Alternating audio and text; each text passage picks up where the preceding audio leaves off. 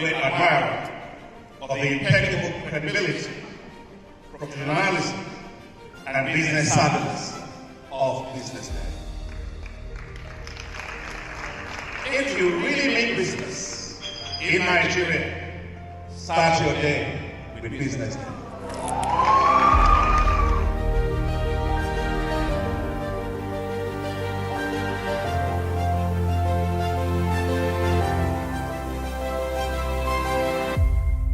BusinessDay is West Africa's leading provider of business intelligence and information, delivering premium content across diversified media platforms, including online, mobile, and print. Since its inception in 2001 with a weekly newspaper production, BusinessDay has expanded its reach to provide exclusive content accessible through print, mobile, and online channels. Our premium offerings are further enriched with syndicated content from esteemed sources like the Financial Times, The Economist, and the Harvard Business Review. At BusinessDay, our mission is clear: to be the foremost provider of business and financial content, empowering readers to make informed decisions in Nigeria and Africa.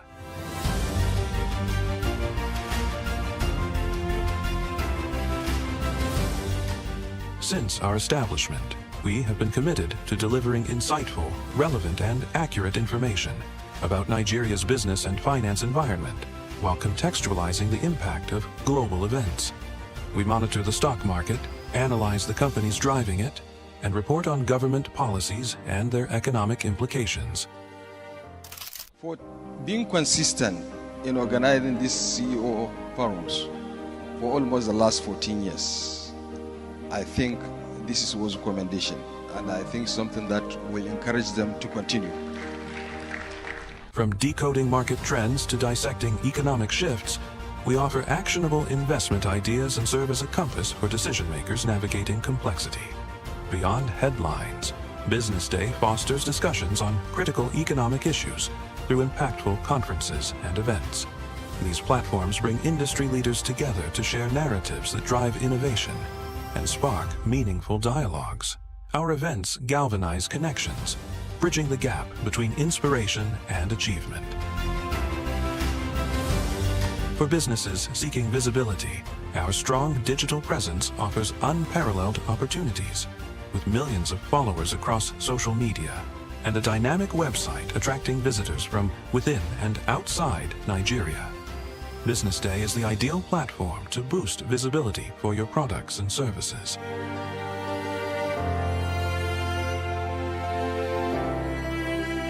If you're looking for in-depth analysis and expert opinions on Nigeria and Africa's business landscape, BusinessDay is your guide.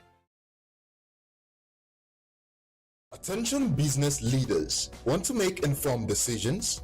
Join the ranks of the best with Premium BusinessDay. Access in-depth analysis and expert opinions to stay ahead.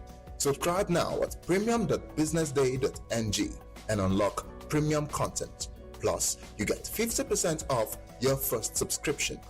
Don't miss out. Make smarter choices and seize new opportunities. Sign up now and elevate your business game. Visit premium.businessday.ng today.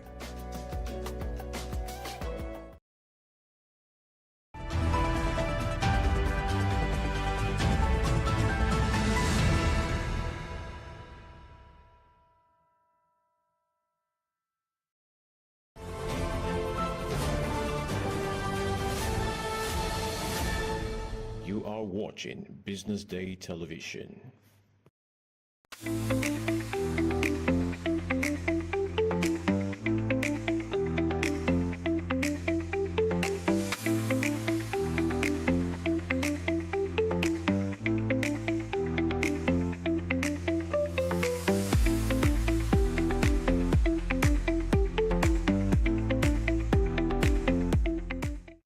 Good morning and welcome to the BDTV Breakfast Show. My name is Elizabeth Musa. It's a pleasure to have you start your morning with us today. Let's see what's making the headlines this morning. Reps summon Ibas over 24 billion naira CCTV allocation for Rivers Government House. Shell bets $510 million on Niger's Bongo oil field. PDP resolves differences, returns Anyanwu as national secretary. Israeli naval strike on Gaza, cafe kills 30 Palestinians. Arsenal to revive Tottenham and race to sign Egberechi Eze. Let's begin the news in Nigeria, where the House of Representatives Ad hoc Committee on Rivers State has queried the allocation of 24 billion naira in the state's proposed 2025 budget for the installation of CCTV cameras at the government house. The committee issued a 48-hour ultimatum to Vice Admiral Ibok Ekte Ibas, sole administrator of the state, to submit a detailed breakdown of major components of the 1.4 trillion naira appropriation bill. Chairman of the committee, Julius Iwambere, issued the ultimatum during the budget defense session held in Abuja on Monday, stating that the committee had gone through the budgets as presented by the sole administrator, raising several issues. Iwambere also queried the allocation of 30 billion naira for the purchase of gunboats and 23 billion naira earmarked for contingency reserves, requesting for justification of the sum. Moving on, Shell Nigeria Exploration and Production Company Limited has acquired a 12.5% stake in Nigeria's Bonga oil field from Total Energies, deepening its footprint in the West African country's deep offshore sector. According to reports, the transaction is valued at $510 million, which is still subject to customary conditions, including regulatory approvals. Total Energies confirmed the divestment in a statement issued in Paris, noting that its subsidiary Total Energies EP Nigeria signed the binding agreement with Shell Nigeria for the sale of its non-operated interest in the oil mining lease production sharing contract, including the Bongo field. Still on, the People's Democratic Party has reaffirmed Senator Samuel Anyanwu as a substantive national secretary, ending weeks of internal wrangling and speculation over the position. This decision was reached during the party's 100th National Executive Meeting held at the party's National Secretariat in Abuja yesterday, June 29th. The acting national chairman of the party, Umar Damagum, revealed that the party can always overcome every challenge it faces, adding that the party's much-anticipated national convention had been deferred to the next NEC meeting scheduled for July 23, 2025. Damagum assured members that the rescheduled convention will strictly adhere to INEC regulations, with official notices to be jointly signed by himself and Senator Anyanwu. To end the local news, Cowpea and Beans Farmers, Processors and Marketers Association of Nigeria has highlighted high invest yields, among others, as the reasons for the drop in the price of the produce in the country. The president of C and BFP Man revealed the reasons for the price drop in separate interviews with newsmen. According to the report, the price of beans increased astronomically to between 210,000 naira and 240,000 naira as at the second and third quarters of 2024 for 100 kilogram, as against 90,000 naira being sold in 2023. The produce, however, witnessed a steady decline in its price from the first quarter of 2025, as a bag of 100 kilogram currently sells between 80,000 naira and 120,000 naira, depending on the species. And on the foreign scene, Israel has launched dozens of airstrikes across Gaza, with northern Gaza City in its crosshairs after the military issued forced evacuation threat, raising fears of an intensified ground assault. The Israeli naval strike has targeted a seaside cafe in Gaza, killing more than 30 people, including women, children, and journalists, as they sought respite from displacement camps. According to reports, Israeli forces have killed at least 85 Palestinians in Gaza since dawn, with dozens wounded, including in an attack on Al-Aqsa Martyrs Hospital in Deir al-Bella. Israel's opposition leader Yair Lapid, however, urged an end to the war, saying there was no longer any benefit for Israel to continue. And also, the Senate Republicans on Monday beat back multiple Democratic attempts to derail their sweeping tax court and domestic policy bill as they continue to hunt for the votes to pass President Trump's first-year legislative agenda. During a marathon day of voting that stretched late into the night, Republicans held firm against Democratic attempts to roll back the measure of cuts to Medicaid and federal nutrition programs, as well as tax cuts for the wealthy. According to reports, the Republicans also blocked an effort to overturn an accounting gimmick employed to mask the true impacts of the bill on the deficit. Republicans, however, revealed that they were imposing changes to Medicaid that would make the program more sustainable. And now to sport, Arsenal are reportedly stepping up their bid for Crystal Palace star Eberechi Eze, with the Gunners ready to trigger the midfielder's £68 million release clause, potentially beating fierce rivals Tottenham Hotspur to his signature. With just 2 years left on his current deal at Selhurst Park and interested in peaking once again, Eze appears primed for a big move that reflects his consistent Premier League performances. The 27-year-old Nigerian-born British midfielder has racked up 29 goals and 16 assists in 3 seasons with Palace, shining for his side largely anchored in mid-table. And to end the news, Nigerian-born British boxer Anthony Joshua has been urged to steer clear of a potential fight against Jake Paul, with boxing experts warning it could damage his credibility. The former 2-time heavyweight champion became an unexpected name linked to Paul after the boxer called him out on his podcast. Joshua and Paul reportedly discussed a potential 2026 fight, with Anthony Joshua's promoter Eddie Hearn confirming Joshua's interest. The former European heavyweight champion Spencer Oliver has strongly advised Joshua against the fight, stating that he will lose his credibility engaging the fight. Well, that does it this morning on the BDTV Breakfast News. My name is Elizabeth Musa. Up next is a newspaper review. Do stay with us.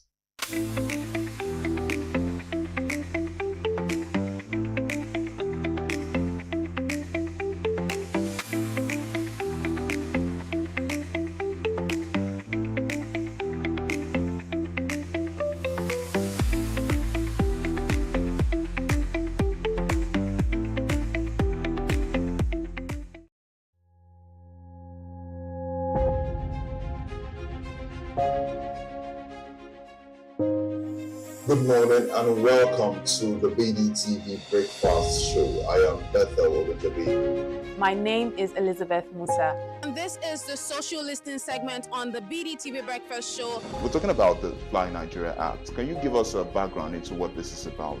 We are here today on the streets of Lagos, Nigeria, to gather opinion about a pressing issue. I will look at the cost of petrol.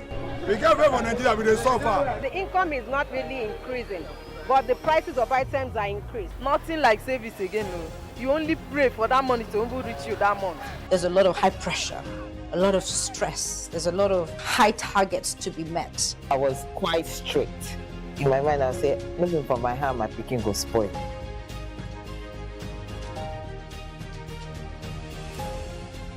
To allow all banks and all the players in the space 15% inflation target achievable in 2025.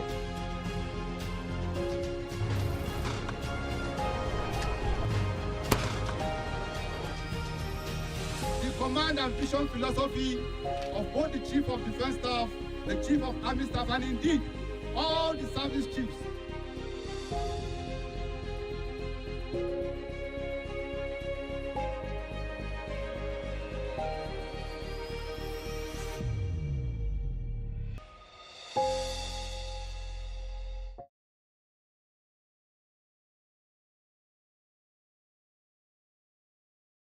Power, as we know, affects all and sundry. And today we're shifting the spotlight from Abuja, we're shifting the spotlight to the state. We are moving away from one-size-fits-all approach to tailor-made local power solutions. And this isn't just a policy conversation, this is a people conversation. Because when power reaches the state, it reaches the people. And when it reaches the people, it lights up homes, it lights up schools, and it lights up dreams. The Energy Conference 2025, convened by BusinessDay, was a strategic policy intervention event focused on powering the states toward navigating Nigeria's decentralized electricity future. It brought together policymakers, regulators, investors, and advocates in the Nigeria's energy sector to explore actionable pathways for accelerating decentralized power solutions and driving inclusive state-led energy development across the country. 100% metering is possible, and we can do it in our lifetime. Once people are assured of the source of their revenue and they have line of sight to the revenue that we're talking about, more investment will flow in. whatever it is that the discos are doing today as revenue, if it's properly enhanced and if they're also properly empowered, we project that you will see between 3 and 4 times that value coming on the market within the next 2 years. The publisher of Business Day, Mr. Frank Iborun, delivered a thought-provoking welcome address speaking to the theme of the event. If you ask generator sellers today what they think, I'm not sure they see the end to their business. If they don't see the end to their business, so what are we talking about? Are we dreaming? More and more generators are being imported. In fact, there are new businesses, there are new people who are setting up businesses today to import and sell generators. And you tell me that they are out of business in a year or two? Not sure. In 2014, there were 20 live power projects in Nigeria. They've all disappeared. Why? 20. Now, power project is not like buying a bicycle. It takes a lot of courage. And where you find the courage, you have to find some crazy people who are willing to put the money down. As the event progressed, an informative keynote address was given by Mr. Biodun Ogunleye, the Honorable Commissioner for the Lagos State Ministry of Energy and Mineral Resources. He spoke on the sector's previous attempt at privatization, noting that it had not achieved the desired outcomes. He emphasized the Act of 2023, granting each state autonomy over its power systems, advocating for state-level regulation, the development of local power infrastructure, energy sovereignty, and the creation of a competitive energy market to attract investment and drive growth. For decades, the Nigeria energy narrative has been dominated by a highly centralized model, a monopolistic national grid, a network and distribution system that is not designed to assure revenue, and business processes that makes privately owned companies look like government departments and without the impetus required for growth. This over-centralization left our states powerless in more ways than one, unable to intervene, unable to innovate, ultimately unable to guarantee reliable electricity for our homes, businesses within our states, and critical infrastructures within our geographic boundaries. But today, we stand at the dawn of a new era, a turning point marked by the amendment of the Electricity Act of 2023, which now empowers states to develop, regulate their own electricity market.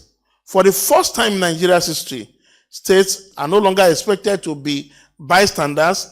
We are now expected to be active architects of our own state's energy future. Moving on, an industry presentation was given by Rabbi Jamal, the Group General Manager for JMG Limited. Electricity obviously is the backbone of any modern society. Okay, and Nigeria does have a transmission and distribution problem, and even generation problem. There's lack of access to electricity. 40% of primary healthcare centers, for example, lack access to electricity, undermining the coverage and the quality of basic healthcare. Okay. There are a lot of challenges facing it. For example, I did my thesis on the challenges of the Nigeria's power sector in 2016. And it's unfortunate that today some of the same challenges still remain. Following the presentation, an interactive Q&A session took place between the Honorable Commissioner, Mr. Biodun Ogunleye, and attendees. Participants raised questions and shared concerns about the regulations currently impacting and those that have previously affected their operations within the sector. The first thing we're trying to do is to engage. We're trying to ensure that the changes we anticipate are not disruptive.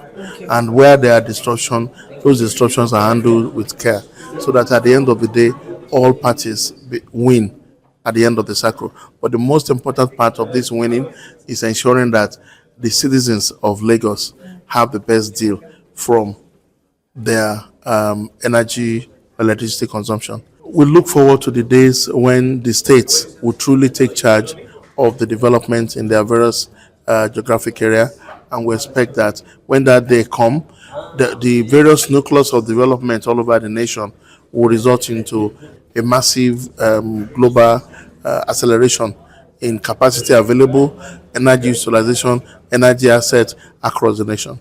An engaging panel session headlined by distinguished thought leaders was a highlight of the conference. The good thing about renewable energy is that it's scalable. So, and it's really an open-ended question what you just asked, because as the country develops and it becomes more urbanized, there'll be more need for power, and there'll be, as more data centers are being established and developed, more high-rise buildings, there'll be more and more need for power. But saying that, I think by the way solar power is progressing in the country and the amount of solar system being deployed, within a few years, I think we will see a major part of the energy mix being produced by solar. But in terms of full dependency on solar and full cutting off the grid, I think this is an open question, and it really depends on the urbanization rate of Nigeria and the development of Nigeria. The first roundtable focused on investment opportunities in the power sector and how to boost the electricity market, highlighting the readiness of various states to welcome investors. The discussions also centered on the regulations, policies, and reforms needed to attract both local and foreign investment into the sector. It's always an issue of capital. To get the meters, the wires requires capital. And for the capital to be attracted into the sector, it requires certain level of incentives and so on to be there.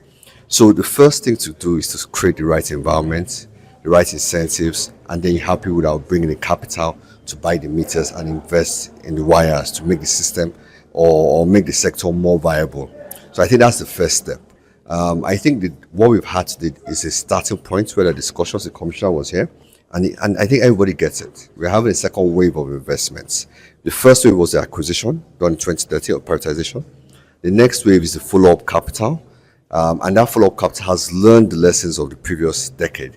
And how do I make sure that I'm investing my capital, but I know where my capital is going to, and what kind of return I can get from that.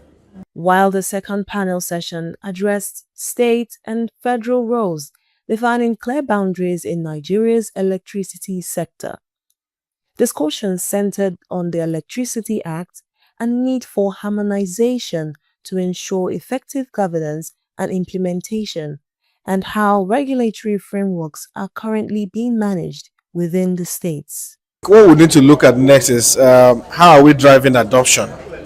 Like the question I put to the Honorable Commissioner was, when we look at the Lagos electricity policy, where are we in implementation? We need to know timelines in all of that, because there are different aspects of that policy that needs to trigger if we need to achieve a proper electricity for Lagos State.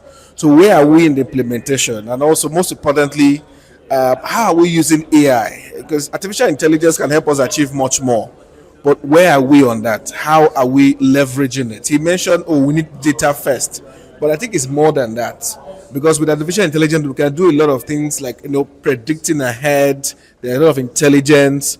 But is the sector AI ready in Lagos State? So all of those kind of areas, I think, we need to begin to look at. But it was a good event. I like that the commissioner was realistic in his response. It was, he was trying to paint a factual reality and not some friction, which I think is good. I think he understands the pain of where we are, but we need to be able to translate that to see how more people are able to get access to energy, how we're using renewables, solar, and water view, all of those other alternatives. How is it working for us? We need to move more to action. Talking is good, but I think it's action. After this, how are we implementing? Where are we moving from this conversation to the next one for implementing? I think those are the areas I think we need to look at. Some of the speakers and attendees present also shared key insights gained from the event. We're generating 40 to 45,000 megawatts of power at any instant. If you listen, quietly, you would hear all the generators going on around here. That's not provided by government. Yes. So government's legacy is in the 4,000. So 92% of the electricity we consume in Nigeria, government has no involvement in. So they've left already. However, their presence on the 4,000, can be an albatross if they continue to want to do things they can't afford, such as want to continue to subsidy. They've not been able to afford it. They can't afford it for good reasons. The practice that we have now of subsidy is something we started in the 70s when there was 80 to 90 million of us and we had a lot more oil. Now there's 240 million of us, 220 to 240 million. We can't afford it. We can't afford the schools. We can't afford the health. We can't afford the security. So government should not be spending money on things that only government can finance. Whereas, there is capacity around the world that is eager to come into Nigeria to invest in the private sector. And there's a lot of hope. If government can help us to get those things right, let's walk away from the tariff structure we have right now. It is silly. It is not working. It's letting us down. Let's work to a tariff structure that is consumption based, where people who, the more you consume, the more you pay. And therefore, people who don't have the means, to consume a lot, don't pay a lot. But once you are blessed or you have a business or an industry, you pay more. That number will still be significantly lower than what you're paying today. So that's what government should be helping us with. One of the panelists had mentioned that the gateway for transformation in the industry, of course, is money, right? That's like something that we all have to go and think about and, basically focus on garnering investment, right? Capital investment. That's on one hand. And then the other thing will be that we're not as confused as we thought that we would be. The commissioner for licensing at NEC had mentioned that the area that seemed to be causing the whole of the brouhaha in the industry will be distribution, right? Every other thing as it relates to the national grid still stays with NEC. And while distribution is what states should really be looking at, rather than causing like an opera. So personally, I'm going to go and look at that second schedule to really find out what I really understand from it, so that we're clear with how we're advising clients. It was an exciting and very engaging session. We had takes from private sector investors, from financiers, and also from the regulators, NERC and the Enugu State Electricity Regulatory Commission, including the opening speech by the Commissioner of Lagos State, Mr. Abiodun Ogunleye. So my takeaway generally is that the power sector is continually evolving. There are so many things to be done, and the words of the Commissioner of NERC, we shouldn't be afraid of making mistakes. We should strive to push the sector from where it is now to where we want it to be.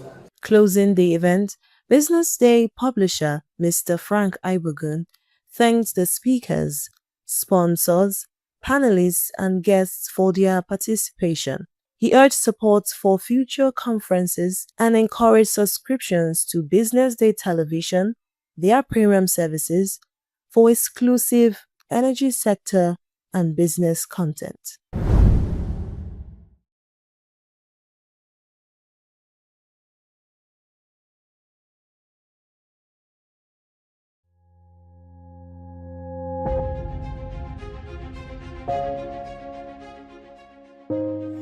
Good morning and welcome to the BDTV Breakfast Show. I am Bethel Olajabi. My name is Elizabeth Musa. And this is the social listening segment on the BDTV Breakfast Show. We're talking about the Fly Nigeria Act. Can you give us a background into what this is about?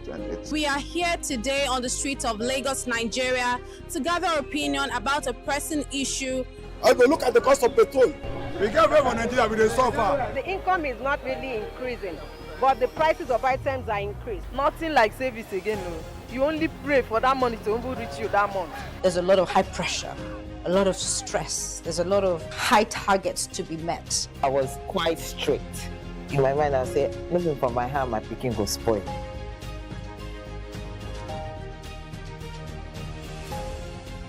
To allow all banks and all the players in the space 15% inflation target achievable in 2025.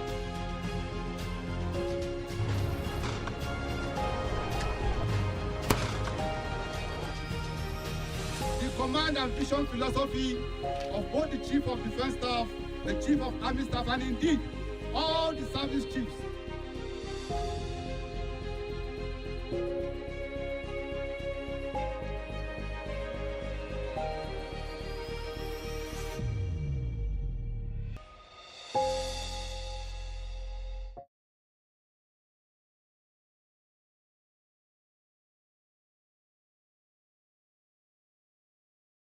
Women is more than a gathering, it's a strategic initiative to accelerate visibility, investment, readiness, and sustainability for women-led businesses in these sectors. Energy in transition is no longer a distant goal, but a present reality for Africa's industries and the women leading them. We all know that SMEs play a crucial role in driving green manufacturing. This is thanks to their significant contribution to innovation and their readiness to provide a testbed for global sustainable practices and technologies. Alethea Capital convened another gathering of its women community, women in manufacturing, agribusiness and nutrition, with a sharp focus on one of today's most urgent global conversations, energy in transition. Running a manufacturing business in Africa is not for the faint of heart. With my over 20 years of experience in this industry, one thing is certain: you cannot run a factory without water and energy. Unfortunately, these are the very challenges we struggle with in our dear nation. Supported by the British High Commission in Nigeria and Manufacturing Africa, the event drew investors, policymakers, and business leaders, all focused on one urgent question: how do we ensure women are not left behind in Africa's energy transition? We started it last year as part of International Women's Day, Women in Manufacturing, Agribusiness and Nutrition, because in Alethea Capital, our fund's thesis, we invest in access to essential services. So a lot of our portcos are actually women in manufacturing and agribusiness. So we thought, how can we create a community that we bring women in this sector as growth stage SMEs in this sector together, transfer knowledge, connect them where they can learn from each other and talk on different areas that are actually critical to their business's growth. So that's how it started. And this year we decided to look at, with energy transition, we've been very intentional about working with our portfolio companies to transition to either transitioning sources of fuel like CNG or to renewable energy sources.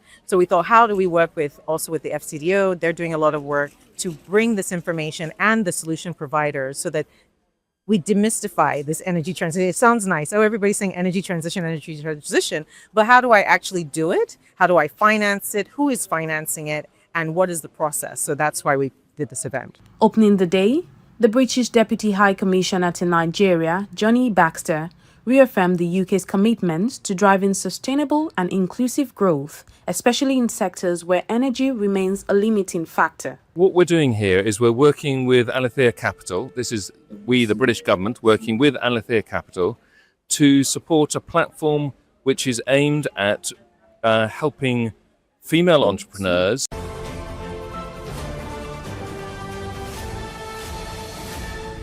You are watching Business Day Television.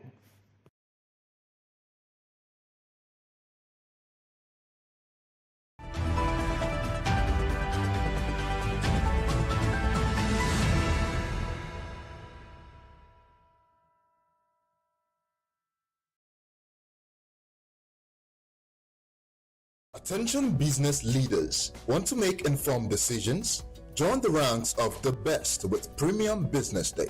Access in-depth analysis and expert opinions to stay ahead. Subscribe now at premium.businessday.ng and unlock premium content. Plus, you get 50% off your first subscription. Don't miss out. Make smarter choices and seize new opportunities. Sign up now and elevate your business game. Visit premium.businessday.ng today.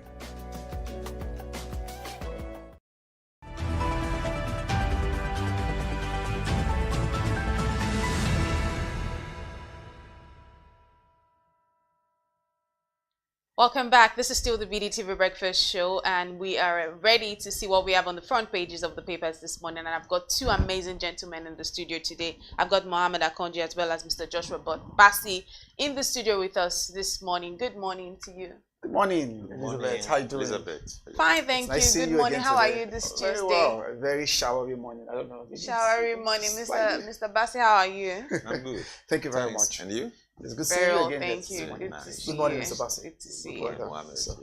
Let's start with what we have on the front page of the Business Day paper this morning. The front page of the Business Day paper, very simple, straightforward.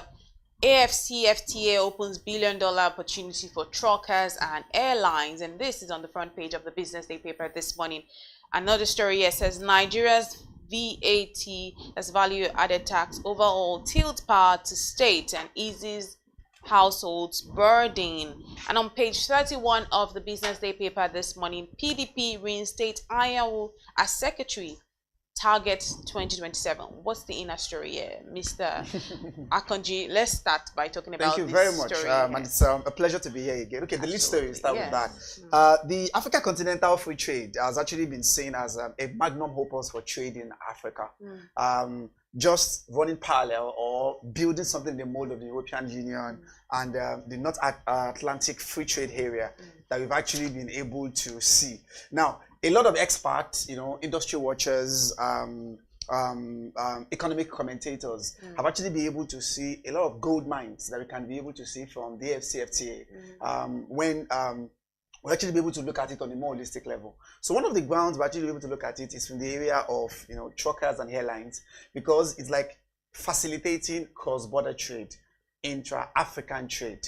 And to be able to facilitate those, of course, you need trucks, you need airlines that will be able to move both goods and humans, to be able to facilitate ease of movement, to be able to allow that free trade arrangement that we're actually talking about. And these analyses here actually be able to open up some of those vital routes and the economics behind it in terms of the value, in terms of the number of trucks that will actually be needed to be able to facilitate the movement of goods and services across the borders. African leaders, generally about 54 of them, 54 African leaders who actually signed the treaty of the FCFTA, see it as an attempt to be able to improve, like I said, increase the African trade, intra-African trade, and which has actually been around less than a single digit relative to, if you compare it to the European Union, if you look at intra-European trade or in the North America or within the Asian continent as well, you tend to be able to have a more pronounced regional trade, that actually be able to happen.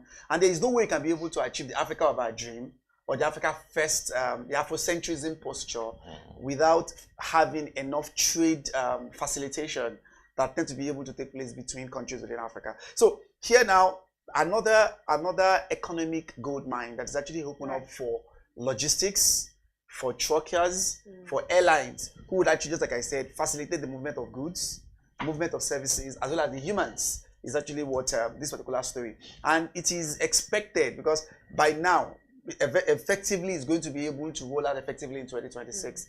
And groundwork are actually being put in place to ensure that the FCFTA took effect by 2026. And this is actually one of the important things that we've seen there. The opportunity is quite massive, and African leaders are putting in, pulling all the stops to ensure that the FCFTA is actually be able to achieve the desired objective. Just like I said, it is to be able to stimulate regional trade, and facilitate economic growth.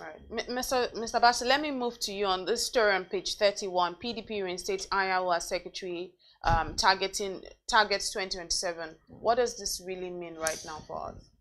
Well, it seems as if the PDP is gradually getting themselves gradually, we've been saying, can they not getting their act together? Yeah, trying to get their act together out of nowhere ahead of 2027. It's been a battle, a long time battle between Ayawu, who the National Secretary of the PDP, and of course Ude Okoye, the other guy that people wanted.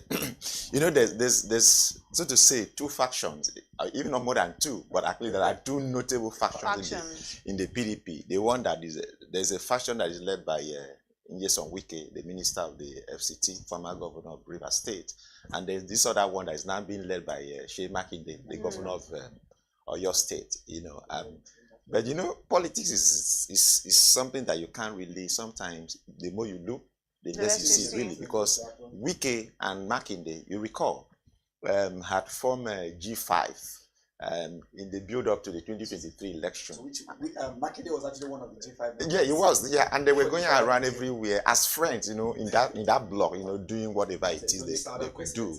But you can see that's why they say that it's all about interest. Yeah. So you can now see the interest now is playing out.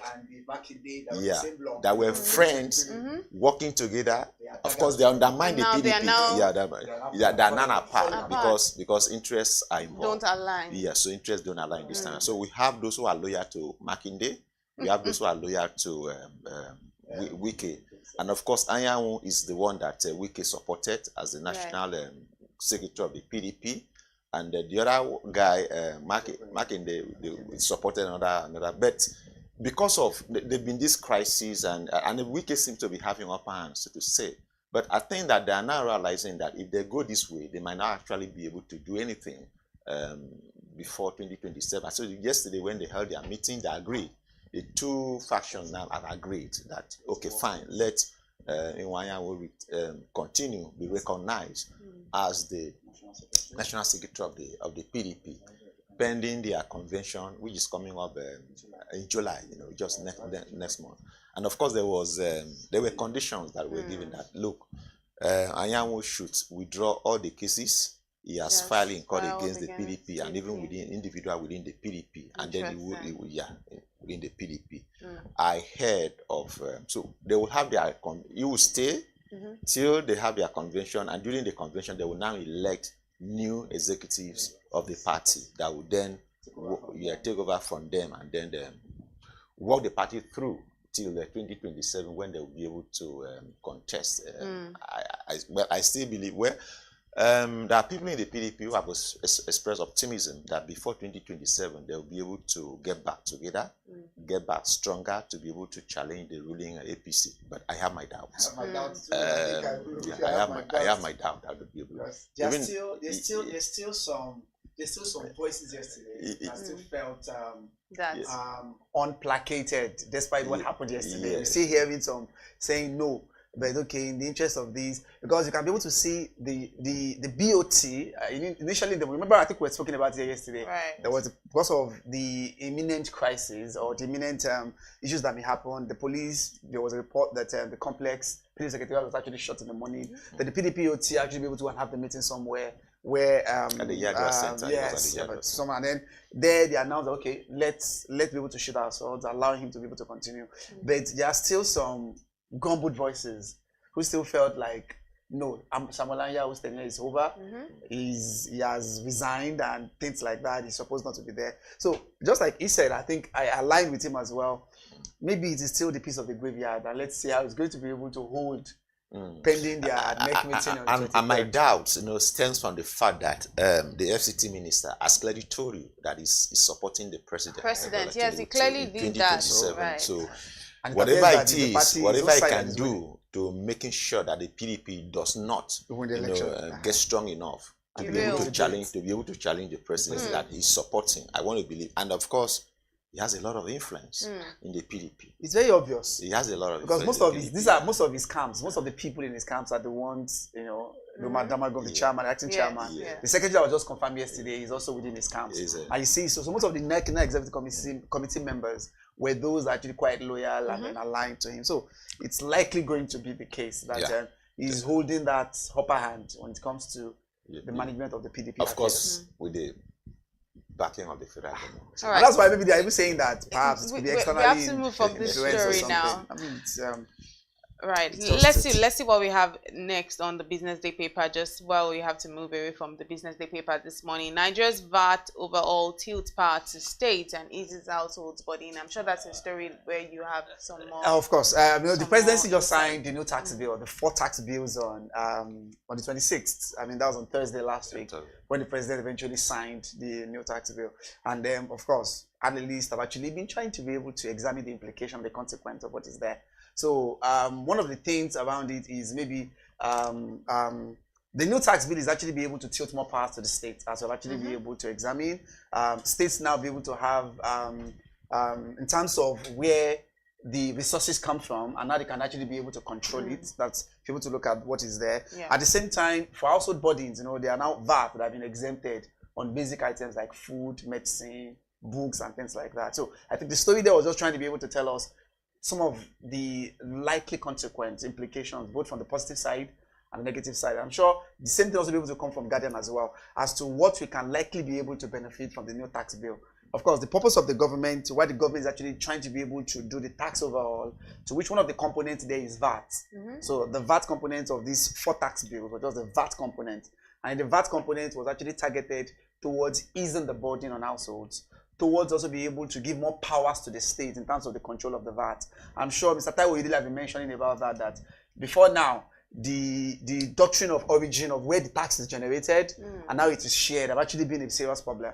Most of the time, we tend to be able to tilt it towards Lagos State, and then because most of the headquarters are actually here. And so when you use the rule of origination, where it originated from, than the jurisdiction of where the headquarters of those companies are. Because, so if, for example, somebody made a call from an MTN line in the north, right? And because MTN office is in Lagos, so you tend to be able to record it here, even though the call came from, just like a very simple example from the north. So with these new tax bills now, it allows states now have those powers to ensure that they're able to have records say, oh, if the social number of people in my state made this call on MTN, this is the amount of tax that's actually likely be able to come to me. And remember, it's going to be able to take effect from January next year. But within that 6 months, between now and that 6 months when it's going to be able to take effect, there's still a lot of work that needed to be done. And a lot of, I mean, our tax Caesar, the tax head here, the FIRS boss, still needed to actually be able to do a lot of work in what can I be able to call that? And actually be able to tighten all the loose ends, and the loopholes are likely there. But we actually, a lot of people are actually anticipating that the new tax bill, especially from the VAT angle, would tend to be able to provide some relief, and ease some burdens on households. All right. Let's see what we have on the Vanguard paper. You wanted to add something to it. I just wanted to add, where the implementation of these, tax laws that has been signed by the president, is from 2026, January 2026, January. Like they say, the test of the food is in the eating. So we are just on. I very fantastic. I don't want to be. I'm optimistic that it will work. It will bring about the much relief that and the proper realignment of that, such that the richer, the rich pay more, the poor. In some cases, there are people there are people who earns 80,000 naira a month and below are now completely exempted from paying pay as you go, which is taxes that you pay to government on the income that you earn, which is good. But that's simple. But there are other complex areas that I think that we will need to wait to see the implementation for us to actually see how it will play out. Because there might be interest within the tax ecosystem that might want to frustrate the system because of what they have been benefiting. Because our tax system has been very, very porous, I must say. So people take a lot of advantage of it. But with this new law, I want to believe that those who are charged with the responsibility of implementation will really, really do all that is needed to be done to ensuring that it works, so that the benefit truly, comes to the people. The benefit truly comes to the people and the nation, which is what basically is intended. So, actually, implementation is where I'm looking at, and I want to actually. I'm hoping. I also want to charge those who will be, implementing this to do a lot more. Do a lot more. Otherwise, people might just want to frustrate this new tax. Okay. Of course, those interests are very important there. Right. That's the one headline here. Right. So let's see what we have on the Vanguard, the Guardian paper this morning on the BDTV Breakfast Show. Now, there's a story here. The big story here says how interests overlapping roles may undermine new tax regime. Yes, still okay, on that's what I just talked about. So there are a lot of vested interest. I tell you, vested interest. I want to talk about that as well. So Vested that's on interest page in 6. the tax system. So Yeah. vested interest because Vested. there are a lot of retooling that needs to be done. Just like you said, people have been benefiting from the old system. So much. Do everything possible to scuttle whatever new, because they talk about e-invoicing. Most of the manual methods will be digitized. A lot of things need to be done in those regard. Somebody that's actually benefiting from any corrupt system will definitely not want to let the go. status quo to remain. You understand? And then so those are, I think, what the analysis here, the big story here is saying that within that 6 months, it might appear that it's a very long period, but a lot of work still needed to be done to ensure that the retooling, the way we are revising, the way we actually be able to close all the necessary ranks, especially when it comes to implementing this new tax bill or tax law, is very, very important. Right. And other stories here on the Guardian paper. Obi denies pacts with Atiku and backs rotational presidency. This continues on page 4 of the Guardian paper this morning. Still on page 4, how Shettima stoked APC's early NEC meeting. And then on page 30 of the Guardian paper this morning, Senator Natasha arraigned on alleged cybercrime and granted bail. And there's this one that I know interests Mr. Bassi. Calls to strip president of power to appoint INEC officials intensify. And on page 6 of the Guardian paper this morning, PDP update on party's prospect after NEC meeting. OK's Anyawo's reinstatement, so they are very okay with it. On page 6 of the Guardian paper, and on page 29 this morning, resident urge Fubara to make public peace conditions with Wike. Again on page 8, there's a lot going on the Guardian paper. On page 8 today, court sentences pastor to 25 years imprisonment for defiling daughter. That's just absurd. And then on page 5, report links 871,000 yearly death to loneliness. This is a call this morning. Please, I don't know, whatever it is to avoid loneliness. Maybe you need to stay around people. I don't know, but 871,000 people dying yearly to loneliness. It's a lot. But let's start with this story here. The one on page 4, which talks about Obi denying pact with Atiku and backing rotational presidency. Then let's come to the calls to strip the president of power.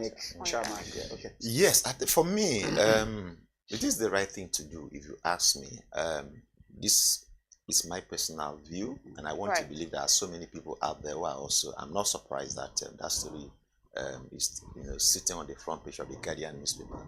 And the reason why this is necessary is that the president, you see, you'll be definitely loyal to someone who has appointed you. Like they say, he who pays the piper, you take the tune. And so we've seen a lot of that. So it would be right, if you ask me, to take the power of appointing INEC officials away from the president and perhaps seat that power in the National Assembly. Which is the group, the body representing every Nigerian everywhere. Because those are the people that we have elected to represent us, and they are there representing every nook and cranny across Nigeria. So if you take that power to National Assembly, if you ask me, I think it would be better to allow it stay with the president, because if the president appoints, like we've seen now, there's that tendency to tilt towards pleasing the president. And this is why it is important that we take it away from that, because INEC plays a critical role in any democracy. If it's going to work, INEC has a big role to play here, because they are the body that conducts election.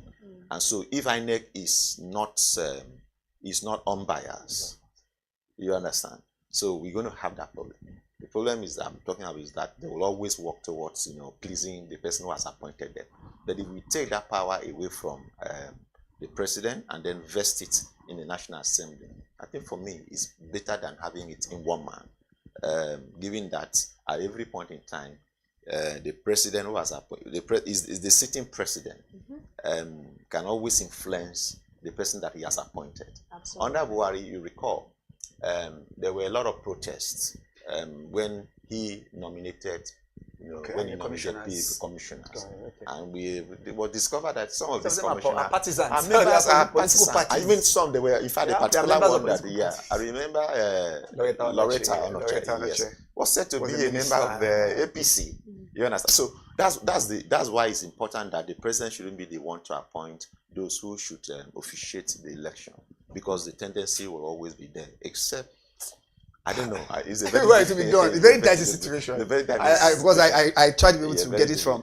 And the other one, then let's also quickly talk about Obi yesterday saying that he will not go into. He want to one term. Yeah. And he will prefer. The point must be made.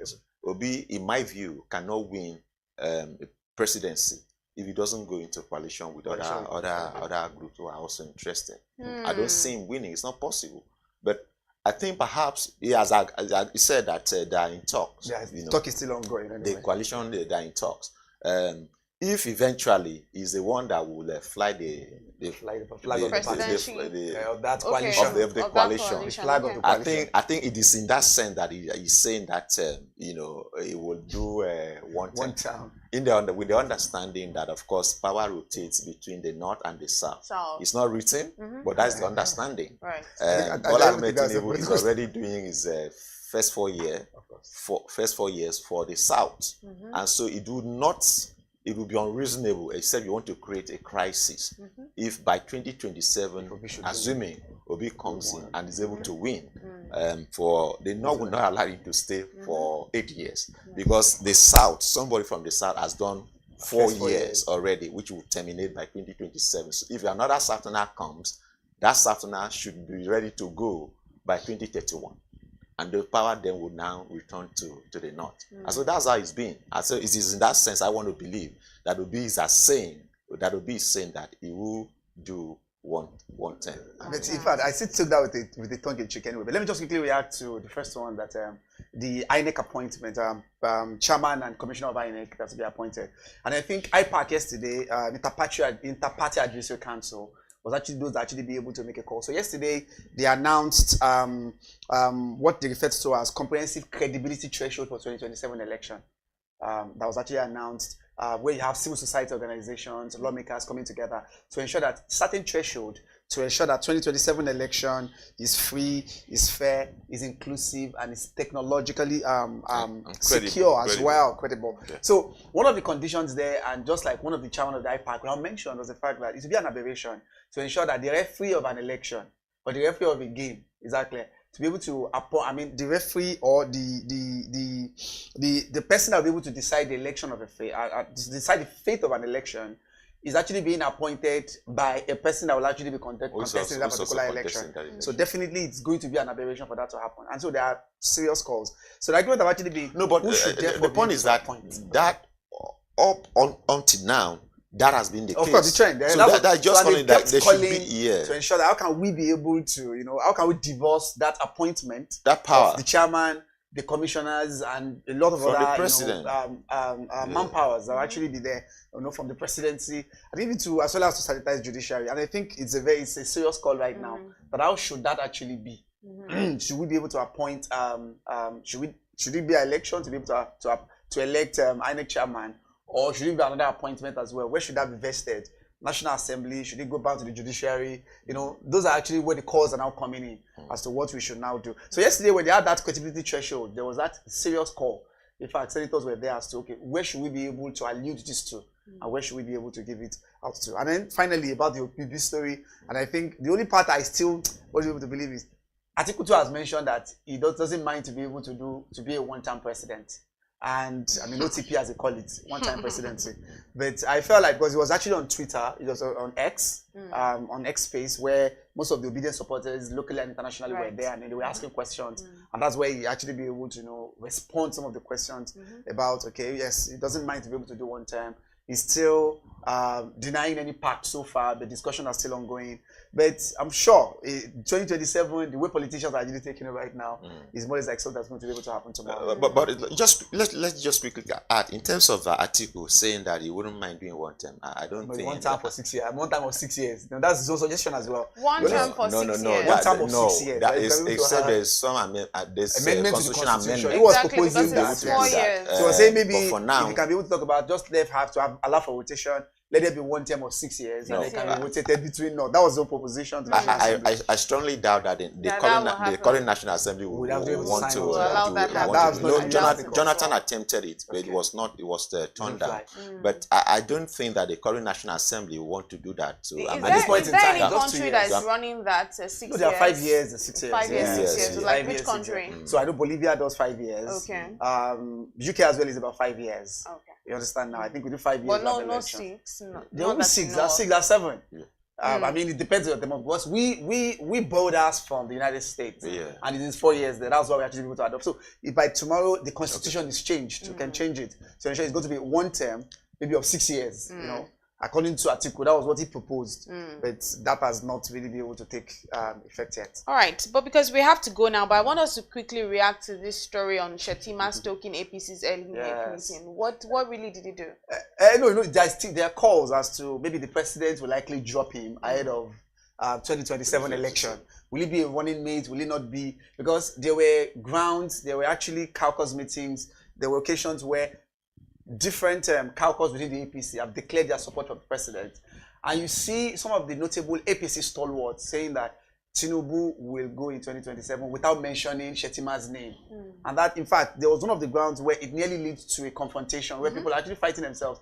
That why will you only see people to say there's automatic ticket for the president without mentioning the vice president? You know, there have been calls around that. But APC is also, just like we mentioned about PDP. PDP is having their own NEC meeting on the 23rd.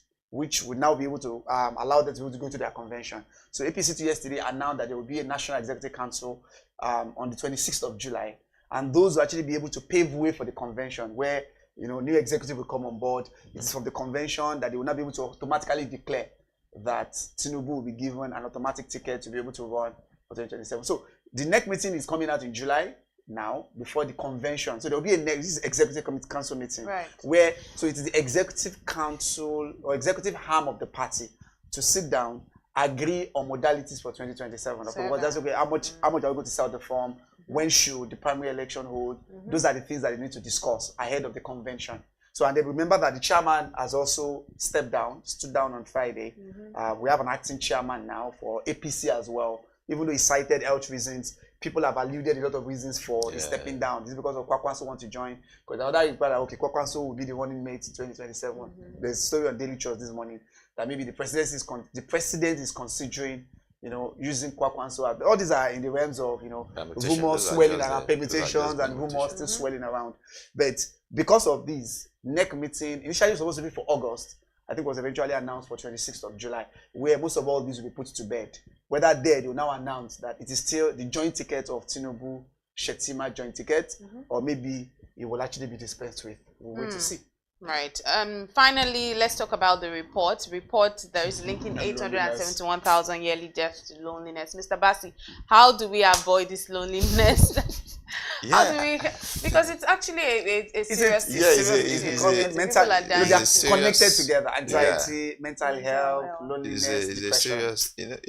Like they will say that man is a social animal. You know, so that socialization, you know, that bonding is what keeps very good for anybody. So if you are sort of excluded and you find yourself very lonely, I mean, it can affect your mental and psychological well-being. So it's not surprising. I haven't read that report actually, but I just think that it's good to bond. It's good to socialize. It's good to, you know, have friends around you. It is reason why maybe other people die quicker because at a point they sort of are left alone, and so that loneliness can actually kill earlier than a person should die. it's something something that is of concern. So what does it mean really? Is for family members, friends, to make sure that you don't leave anybody, your friend, your family member, just to himself or to herself alone. And even if you find out someone just suddenly develop the love to be alone, I mean, something might be going wrong. So it's for us to care and keep closer eyes on one another. Just find out what's the problem. Just ask. The person might just open up, So it's something that is of concern, and I think we should really, watch. I think it's also a wake-up call for me, especially when we have like parents that are older. Most of the time they are left alone because we are also looking for the daily bread and all of these things. So I don't know. I think there's a way, if there's a way for us to find a balance. I mean, sometimes it's very important because loneliness, just like you said, is a social animal. I think it's something we needed to be able to check. I did see that in the papers today. I think Dangote just announced reduction in the price of petrol. So I think he has slashed the price to 840 again after the Israel-Iran crisis. So the price went down to 840. So that's good news. At least good news as well. This morning. Maybe it just announced it very late yesterday. It was around 12. So that's why it couldn't be able to find its way into the papers. Also very good to see that the front pages today really had more, good, not too many sad stories. So that's a good one. But let's see what we have on the carton of the day. We didn't have killings today. We didn't really have killings today. But that doesn't take away from the fact that they are actually killings. I mean, because in fact it was, because I think Zamfara was even one of these Bello Tuoji's right-hand man, I think, was killed. Was actually in the news yesterday. Dambakul, always they call him, like one of the bandits was actually. But it's good to see that we don't have it on the front page today. But let's see what we have on the carton of the day this morning on the BDTV Breakfast Show. So that is a picture of a caricature of Rivers State, that should be some UK. Yes. The caricature of then we see the current governor. The current governor. Or is it? That's the current governor there. Then we see squatting. Someone who looks like also the president of the Federal Republic of Nigeria. And, right. So they are. It's literally at their mercy. Yeah, of course. I think the cartoonists did a good job here. Probably trying to depict what's happened on Friday, where the president, mediated, and then of course there was reconciliation between Fubara and the godfather Wike. It seems to be the one that is suffering more. Because based on the allegedly anyway, based on the agreement that was reached, he's having the short end of the stick. I mean, that's what I think they reported yesterday, and that there are a lot of concessions, and I think we read that as well. That he said, I think in Guardian, that he said you should be able to make public residents urge him to even make it public. What are those agreements? What are those things that you agree for this to happen? But the report that by the end of this month, it will likely be reinstated. I mean, very clear indication coming from the presidency that it might be reinstated. But of course, it's because a lot of agreements have actually been able to. And I'm asking, what are those conditions? Because just like you said, I think there are a lot of short end of the stick that he has received, and a lot of concessions. In terms of the people are saying commissioners or local government will be appointed by Wike. I mean, it's just quite. It's just quite, as somebody called it, we call it a paternalistic democracy. He's been captured. Fubara has been captured. So he just do whatever it is. All right, so shout out, well done to our cartoonists for doing a brilliant job. Okpara on that one, not Mr. Mike Asuko this time, but they always do an excellent job every time. And that's how we bring it to wraps this morning on the newspaper review on the BDTV Breakfast Show. Very big thank you to Mr. Joshua Bassi. Very big thank you to Mr. Mohamed Akonji. Thank you for joining us today. See you at the top of the hour by 10 a.m. for the big story. My name is Elizabeth Musa. Keep watching BDTV.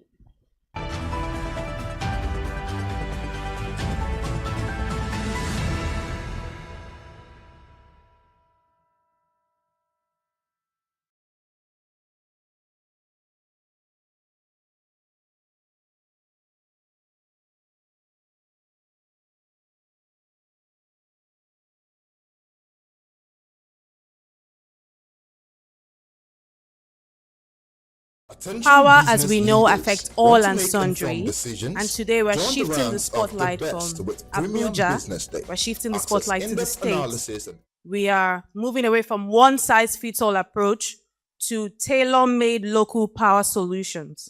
And this isn't just a policy conversation. This is a people conversation. Because when power reaches the state, it reaches the people. And when it reaches the people, it lights up homes, it lights up schools, and it lights up dreams. The Energy Conference 2025, convened by Business Day, was a strategic policy intervention event focused on powering the states toward navigating Nigeria's decentralized electricity future. It brought together policymakers, regulators, investors, and advocates in the Nigeria's energy sector to explore actionable pathways for accelerating decentralized power solutions and driving inclusive state-led energy development across the country. 100% metering is possible, and we can do it in our lifetime. Once people are assured of the source of their revenue and they have line of sight to the revenue that we're talking about, more investment will flow in. Whatever it is that the discos are doing today as revenue, if it's properly enhanced and if they're also properly empowered, we project that you will see between 3 and 4 times that value coming on the market within the next 2 years. The publisher of Business Day, Mr. Frank Ibogun, delivered a thought-provoking welcome address speaking to the theme of the event. If you ask generator sellers today what they think, I'm not sure they see the end to their business. If they don't see the end to their business, so what are we talking about? Are we dreaming? More and more generators are being imported. In fact, there are new businesses, there are new people who are setting up businesses today to import and sell generators. And you tell me that they are out of business in a year or two? Not sure. In 2014, there were 20 live power projects in Nigeria. They've all disappeared. Why? 20. Now, power project is not like buying a bicycle. It takes a lot of courage. And where you find the courage, you have to find some crazy people who are willing to put the money down. As the event progressed, an informative keynote address was given by Mr. Biodun Ogunleye, the Honorable Commissioner for the Lagos State Ministry of Energy and Mineral Resources. He spoke on the sector's previous attempt at privatization, noting that it had not achieved the desired outcomes. He emphasized the Act of 2023, granting each state autonomy over its power systems, advocating for state-level regulation, the development of local power infrastructure, energy sovereignty, and the creation of a competitive energy market to attract investment and drive growth. For decades, the Nigerian energy narrative has been dominated by a highly centralized model, a monopolistic national grid, a network and distribution system that is not designed to assure revenue, and business processes that makes privately owned companies look like government departments and without the impetus required for growth. This over-centralization left our states powerless in more ways than one, unable to intervene, unable to innovate, ultimately unable to guarantee reliable electricity for our homes, businesses within our states, and critical infrastructures within our geographic boundaries. But today, we stand at the dawn of a new era, a turning point marked by the amendment of the Electricity Act of 2023, which now empowers states to develop, regulate their own electricity market. For the first time in Nigeria's history, states are no longer expected to be bystanders. We are now expected to be active architects of our own state's energy future. Moving on, an industry presentation was given by Rabbi Jamal, the Group General Manager for JMG Limited. Electricity obviously is the backbone of any modern society. Okay, and Nigeria does have a transmission and distribution problem, and even generation problem. There's lack of access to electricity. 40% of primary healthcare centers, for example, lack access to electricity, undermining the coverage and the quality of basic healthcare. Okay. There are a lot of challenges facing it. Let me, for example, I did my thesis on the challenges of the Nigeria's power sector in 2016. And it's unfortunate that today some of the same challenges still remain. Following the presentation, an interactive Q&A session took place between the Honorable Commissioner, Mr. Biodun Ogunleye, and attendees. Participants raised questions and shared concerns about the regulations currently impacting and those that have previously affected their operations within the sector. The first thing we're trying to do is to engage. We're trying to ensure that the changes we anticipate are not disruptive. And where there are disruptions, those disruptions are handled with care so that at the end of the day, all parties win at the end of the cycle. But the most important part of this winning is ensuring that the citizens of Lagos have the best deal from their electricity consumption. We look forward to the days when the states will truly take charge of the development in their various geographic area, and we expect that when that day comes, the various nucleus of development all over the nation will result into a massive global acceleration in capacity available, energy utilization, energy assets across the nation. An engaging panel session headlined by distinguished thought leaders was a highlight of the conference. The good thing about renewable energy is that it's scalable. So, and it's really an open-ended question what you just asked, because as the country develops and it becomes more urbanized, there'll be more need for power, and there'll be, as more data centers are being established and developed, more high-rise buildings, there'll be more and more need for power. But saying that, I think by the way solar power is progressing in the country and the amount of solar system being deployed, within a few years, I think we will see a major part of the energy mix being produced by solar. But in terms of full dependency on solar and full cutting off the grid, I think this is an open question, and it really depends on the urbanization rate of Nigeria and the development of Nigeria. The first roundtable focused on investment opportunities in the power sector and how to boost the electricity market, highlighting the readiness of various states to welcome investors. The discussions also centered on the regulations, policies, and reforms needed to attract both local and foreign investment into the sector. It's always an issue of capital. To get the meters, the wires requires capital. And for the capital to be attracted into the sector, it requires certain level of incentives and so on to be there. So the first thing to do is to create the right environment, the right incentives, and then you help people that will bring in the capital to buy the meters and invest in the wires to make the system or make the sector more viable. So I think that's the first step. I think that what we've had today is a starting point where the discussions, the commissioner was here, and I think everybody gets it. We're having a second wave of investments. The first wave was the acquisition done in 2030 or privatization. The next wave is the follow-up capital, and that follow-up capital has learned the lessons of the previous decade. And how do I make sure that I'm investing my capital, but I know where my capital is going to, and what kind of return I can get from that. While the second panel session addressed state and federal roles, defining clear boundaries in Nigeria's electricity sector. Discussions centered on the Electricity Act and need for harmonization to ensure effective governance and implementation, and how regulatory frameworks are currently being managed within the states. What we need to look at next is how are we driving adoption? Like the question I put to the Honorable Commissioner was, when we look at the Lagos electricity policy, where are we in implementation? We need to know timelines. in all of that, because there are different aspects of that policy that needs to trigger if we need to achieve a proper electricity for Lagos State.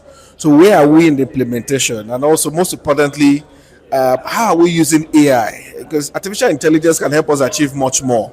But where are we on that? How are we leveraging it? He mentioned, we need data first. But I think it's more than that. Because with artificial intelligence, we can do a lot of things like, predicting ahead. There are a lot of intelligence. But is the sector AI ready in Lagos State? So all of those kind of areas, I think, we need to begin to look at. But it was a good event. I like that the commissioner was realistic in his response. It was, he was trying to paint a factual reality and not some fiction, which I think is good. I think he understands the pain of where we are, but we need to be able to translate that to see how more people are able to get access to energy, how we're using renewables, solar, and water view, all of those other alternatives. How is it working for us? We need to move more to action. Talking is good, but I think it's action. After this, how are we implementing? Where are we moving from this conversation to the next one for implementing? I think those are the areas I think we need to look at. Some of the speakers and attendees present also shared key insights gained from the event. We're generating 40 to 45,000 megawatts of power at any instant. If you listen, quietly, you would hear all the generators going on around here. That's not provided by government. So government's legacy is in the 4,000. So 92% of the electricity we consume in Nigeria, government has no involvement in. So they've left already. However, their presence on the 4,000, can be an albatross if they continue to want to do things they can't afford, such as want to continue to subsidy. They've not been able to afford it. They can't afford it for good reasons. The practice that we have now of subsidy is something we started in the 70s when there was 80 to 90 million of us and we had a lot more oil. Now there's 240 million of us, 220 to 240 million. We can't afford it. We can't afford the schools. We can't afford the health. We can't afford the security. So government should not be spending money on things that only government can finance.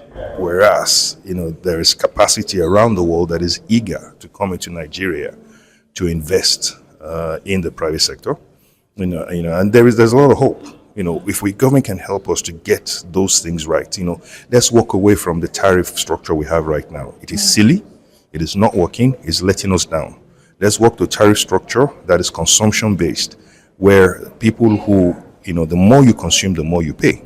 And therefore, people who don't have the means, to consume a lot, don't pay a lot. But once you are blessed or you have a business or an industry, you pay more. That number will still be significantly lower than what you're paying today. So that's what government should be helping us with. One of the panelists had mentioned that the gateway for transformation in the industry, of course, is money, right? That's like something that we all have to go and think about and, basically focus on garnering investment, right? Capital investment. That's on one hand, and then the other thing will be that we're not as confused as we thought that we would be. The commissioner for licensing at NEC had mentioned that the area that seemed to be causing the whole of the brouhaha in the industry will be distribution, right? Every other thing as it relates to the national grid still stays with NEC. And while distribution is what states should really be looking at, rather than causing like an opera. So personally, I'm going to go and look at that second schedule to really find out what I really understand from it, so that we're clear with how we're advising clients. It was an exciting and very engaging session. We had takes from private sector investors, from financiers, and also from the regulators, NERC and the Enugu State Electricity Regulatory Commission, including the opening speech by the Commissioner of Lagos State, Mr. Abiodun Ogunleye. So my takeaway generally is that the power sector is continually evolving. There are so many things to be done, and the words of the Commissioner of NERC, we shouldn't be afraid of making mistakes. We should strive to push the sector from where it is now to where we want it to be. Closing the event, Business Day publisher Mr. Frank Ibogun thanked the speakers, sponsors, panelists, and guests for their participation. He urged support for future conferences and encouraged subscriptions to Business Day Television, their premium services, for exclusive energy sector and business content.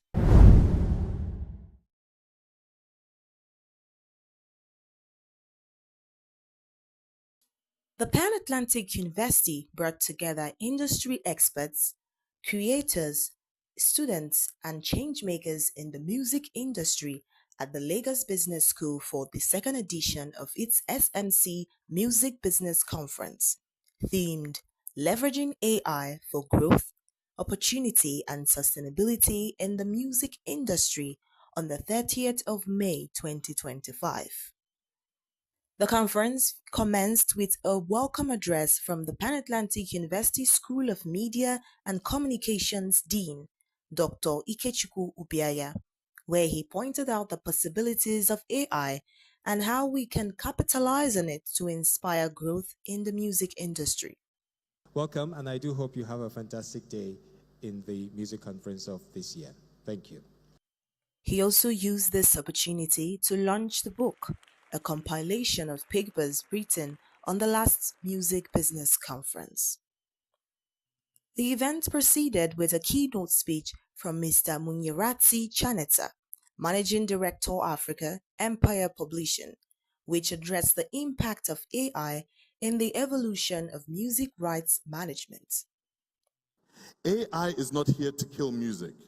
It's here to test us. It's here to challenge us. And maybe it's here to help us.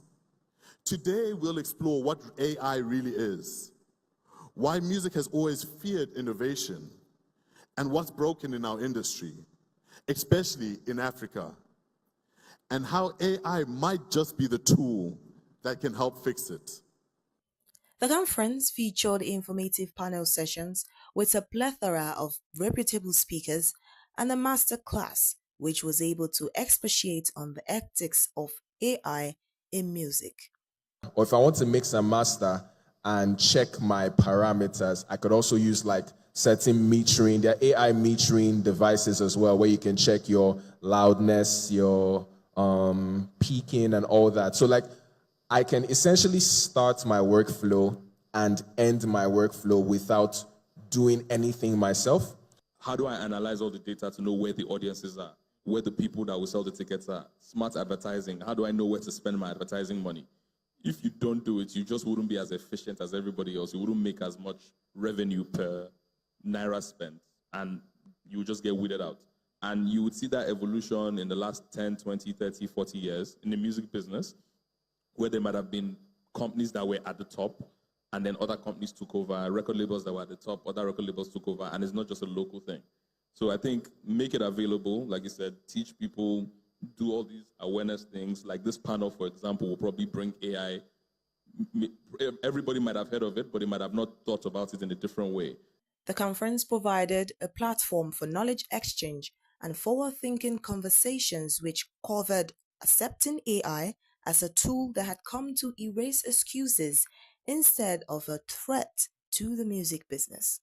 Each session ended with an opportunity for attendees to share their questions and opinions with the panelists.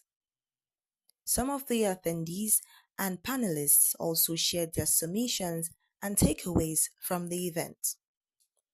It has always been our goal to do more in the different sectors. And so this opportunity we saw as a golden one, the opportunity to collaborate with Aristocrat last year to start this, was for us like a first step into this area of the music industry.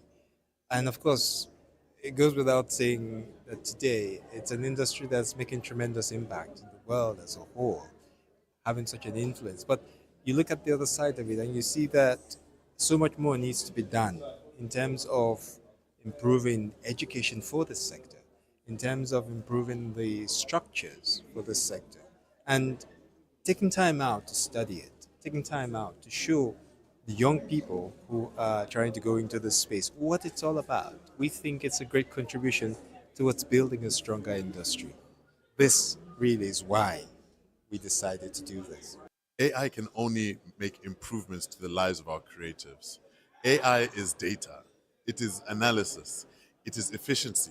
It's able to speed up processes, it's able to clean things up in such a way that it can actually improve the flow of money, the monetization of content back to the creators where it truly needs to be. How do I use AI? That's one thing people need to understand. When they're able to fine-tune that aspect of how to use AI for fashion, how to use AI for marketing, how to use AI for production, how to use AI for either media or whatever, people will be able to cue into it, because whatsoever you don't know, have an idea about how beneficial these things can be to me, you probably just ignore it and get slept on. So you see a lot of AI-generated Afrobeats theme music or bass music. And even if not Afrobeats core, Afrofusion, so maybe fusing Afrobeat to R&B more from any part of the world. So it won't just be Nigerians anymore or South Africans or Ghanaians. It'll be anybody. From some person from, I don't know, Switzerland will probably be generating as well. So that's what I see. I can't tell you what platforms are going to exist because I can't see into the future, but it will be more common, and I feel like we would have made our peace with it. How can artists protect themselves in the AI-dominated landscape? Well, to be honest, just lawyer up, always lawyer up, and have an entertainment lawyer who's knowledgeable about the space and about IP and IP laws and protection, basically. And those will be the best people to advise in any situation. The event reached a gratifying resolution with the closing remarks from the convener of the conference, Mr. Joseph Abiagom. Reflecting on the theme and conversations from the conference, thanking all panelists and guests for their presence. Norma Obonna, reporting for Business Day Television.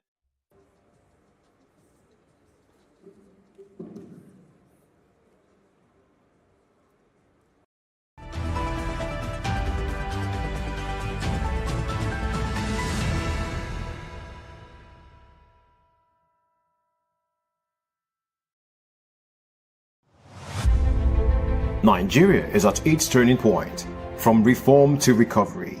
On the 10th of July 2025, the 13th edition of the Business Day CEO Forum Nigeria gathers Nigeria's sharpest minds, business leaders, investors, and policy makers in one room to shape the future. Aliko Dangote, with the biggest conglomerate in West Africa, Harish Aswani of the Tolerant Group, Wala Edu, the Finance and Coordinating Minister of the Nigerian economy, and many more reshaping Africa's leadership space will be there. The Business Day CEO Forum Nigeria 2025. From reform to recovery. Register now at www.ceoforum.businessday.ng.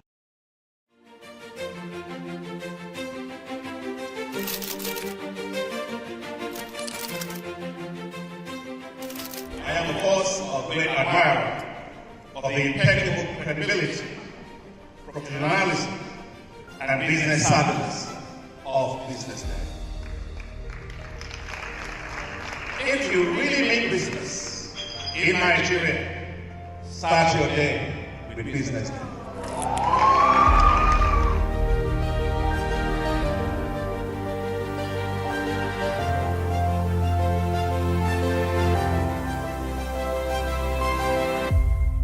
Business Day is West Africa's leading provider of business intelligence and information, delivering premium content across diversified media platforms, including online, mobile, and print.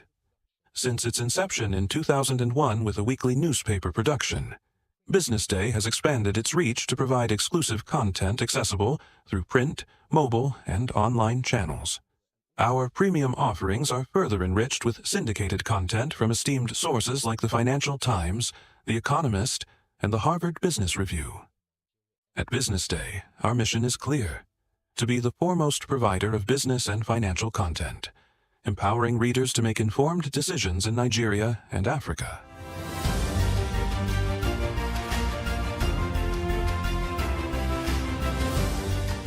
Since our establishment, we have been committed to delivering insightful, relevant, and accurate information about Nigeria's business and finance environment, while contextualizing the impact of global events. We monitor the stock market, analyze the companies driving it, and report on government policies and their economic implications.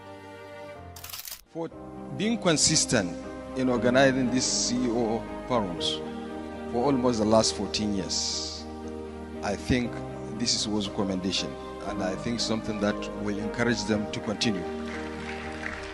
From decoding market trends to dissecting economic shifts, we offer actionable investment ideas and serve as a compass for decision makers navigating complexity.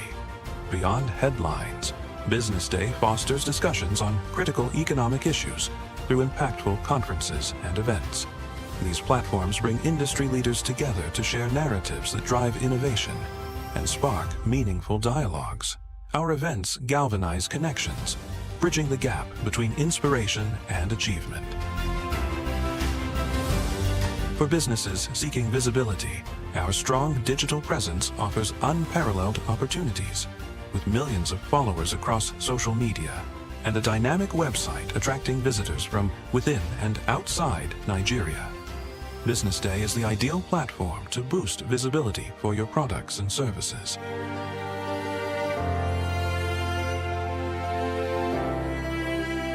If you're looking for in-depth analysis and expert opinions on Nigeria and Africa's business landscape, Business Day is your guide. It is my distinct honor and pleasure to welcome you to the 2025 RegTech Africa Conference and Awards, a flagship platform for dialogue, innovation, and actionable insights at the intersection of regulation, technology, and financial inclusion in Africa. RegTech Africa hosted a conference on the 22nd and 23rd of May 2025, themed Unlocking Africa's Cross-Border Payments, Trade and Investment Opportunities through Public-Private Partnerships. The conference united fintech innovators, Nigerian regulatory commissions, investors, policymakers, and industry leaders to explore actionable strategies that will foster growth in Africa's promising economy.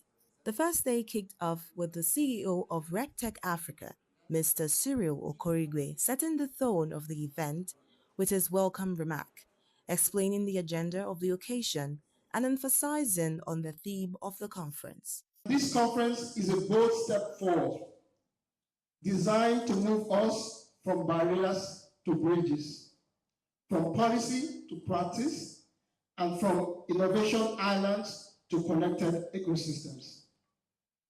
Over the next 2 days, we will engage in rigorous and forward-thinking discussions across 10 specialized roundtable tracks, bringing together over 70 top leaders, policymakers, innovators, and influencers from around the globe. These sessions are not merely conversations, they are catalysts for the kind of change we need. Practical, scalable, and inclusive.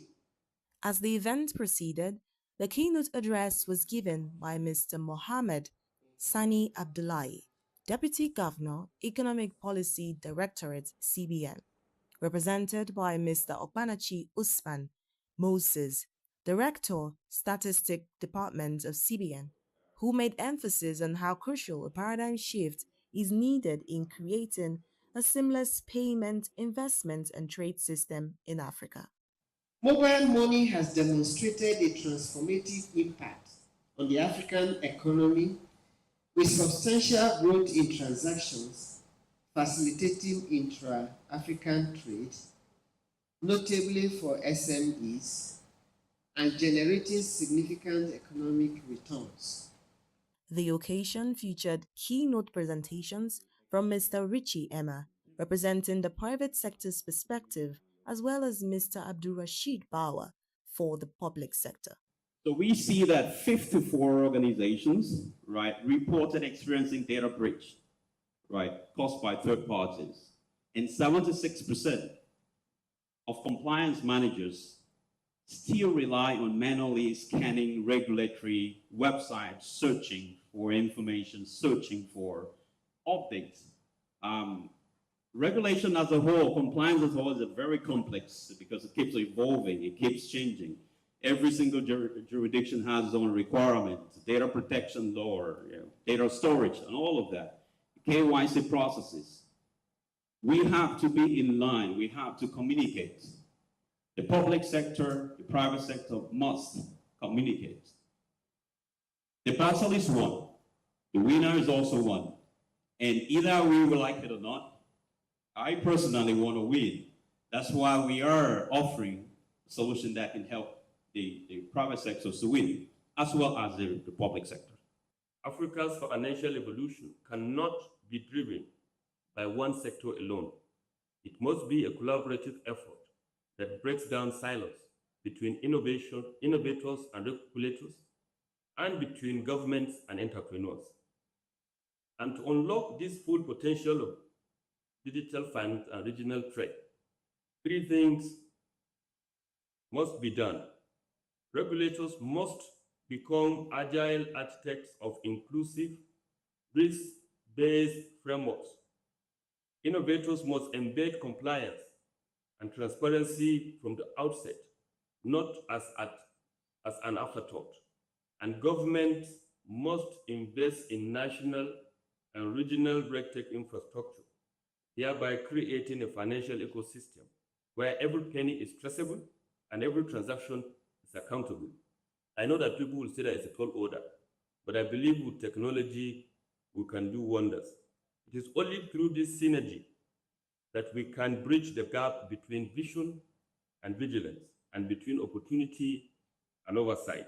Ambassador Peter Ryan also provided a diplomatic perspective. Technology is all about your openness and your willingness to work with partners, the education and the readiness of your society to adopt new technologies and to really build world-class collaboration.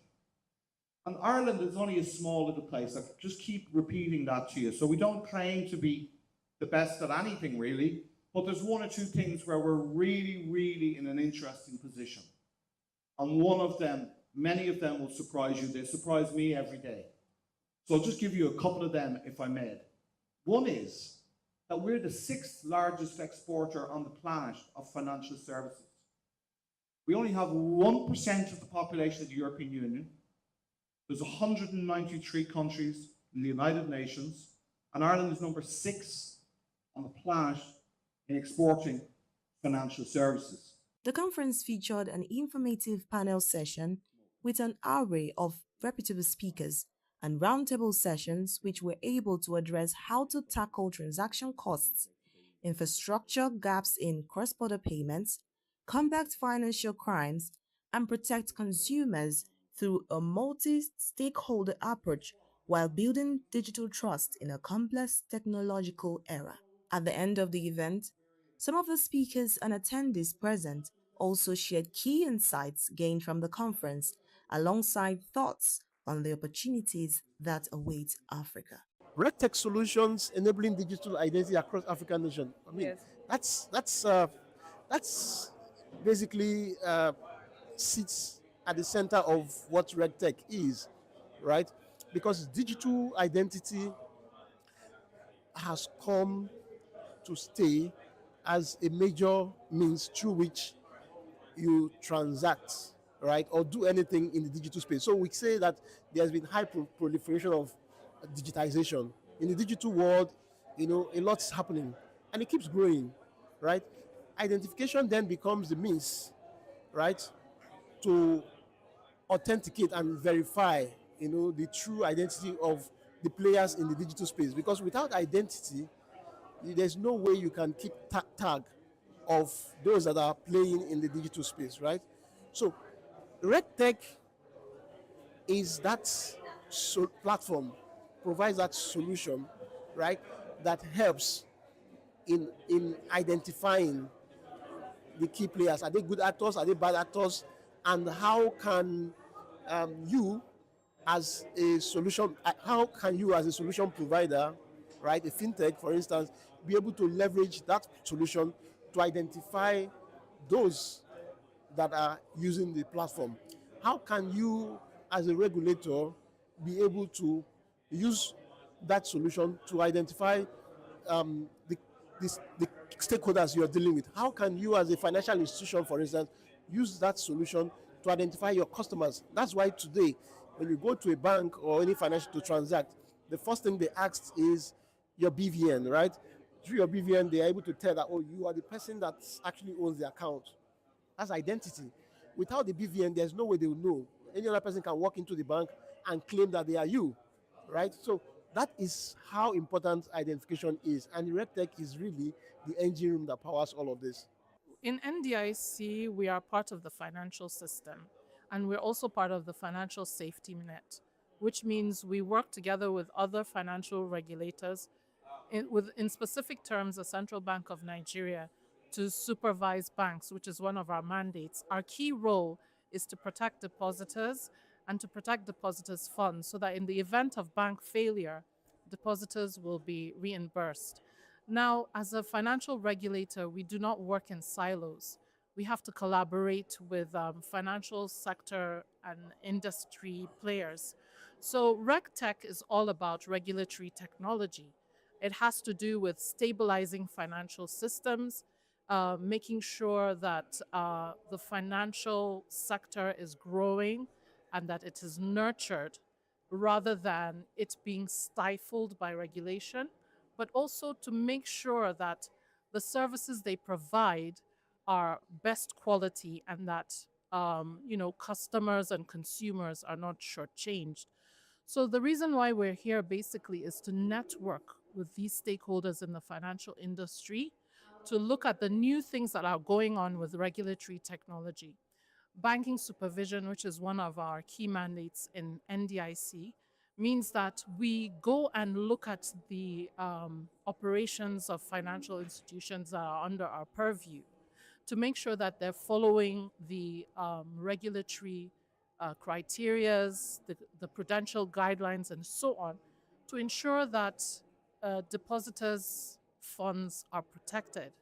So, as you know, in the private sector, in the financial sector, digital financial services has been a huge,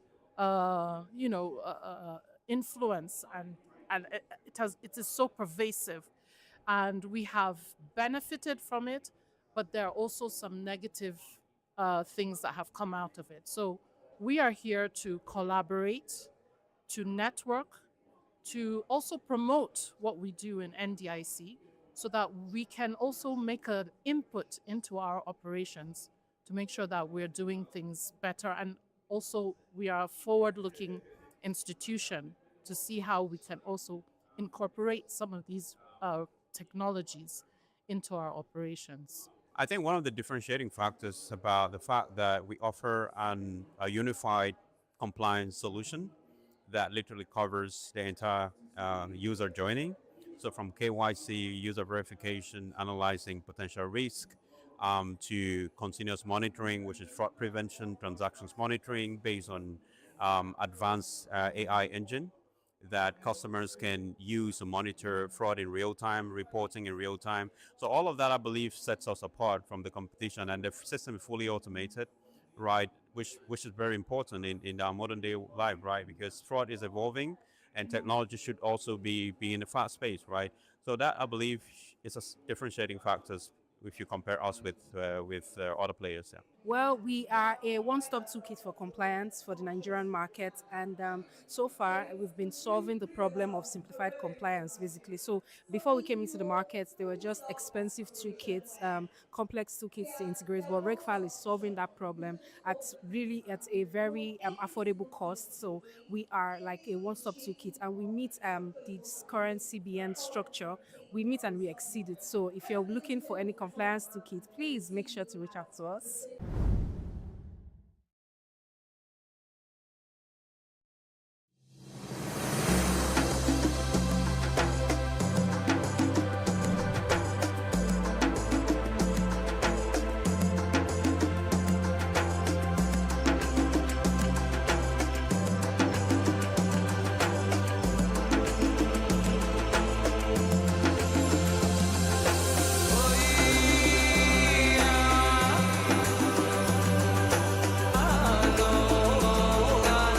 From the policy side, we need better policies to unlock capital for more impactful investment. Whether it's on the finance side, we need a proliferation of innovative finances that can be deployed for investment in social enterprise, in businesses in Africa. On the intermediary side, we need more intermediaries who have skills, who have capacity and a track record to move money from investors to our market. And in Africa, we have a debt of that. We've seen the growth of private equity in Nigeria. We've seen the growth of impact funds in Nigeria. We need more. But what are those things that we need? We need some kind of fund of funds financing that can help build the market, strengthen the capacity of local fund managers, and to move funds to the market. On the, I think I'm missing a particular sector. On the demand side, we need more enterprises who have the skills, competence, capacity, the structure, the governance in place, right, to scale as businesses, to receive money from investors and use that money in a way to scale their businesses and to solve social and economic problems within Africa. So a systems approach helps us look holistically where are the pain points and what can we do to accelerate opportunities, whether it's economic opportunities, access to finance for women, access to finance for MSMEs. So that's more of a systems approach towards addressing and every other things in between, like impact transparency, ensuring that we are measuring our impact, we are reporting our impacts with credibility. The fact that access to finance for small business is a huge problem. Report shows that we have about $331 billion gap in financing SMEs. That's a huge problem itself. And we know that SMEs provide about 80% of the jobs for Africa. And same in Nigeria, but close to 90%, right? Now, access to finance, we need to solve it, particularly local finance, which will hedge out foreign exchange risk. And we're seeing what's happening in terms of geopolitics. Every country is looking nationally and regionally. So Africa too needs to take the lead because we have the opportunities here. We need pension funds to invest in the real sector. Pension funds in Africa need to do more apart from investing in government bonds and government financial instruments. We need to put our money where our mouth is in Africa and ramp up local capital from institutional investors to invest in MSME finance. If we get that right, that's great. Secondly, access to finance for women. Gender investment is another huge opportunity. It's a huge gap that our finance is not addressing. That's what we're trying to do on the region of Africa, close the $42 billion gap between SME finance led by men, SMEs led by men, and SMEs led by women. So these are some of the areas where we want to see change. And then again, policy.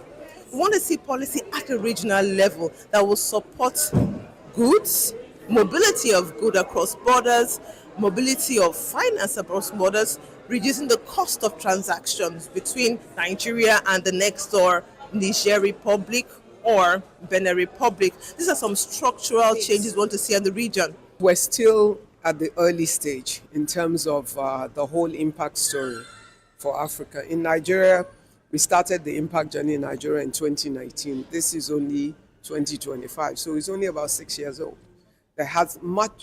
Not much has been done yet.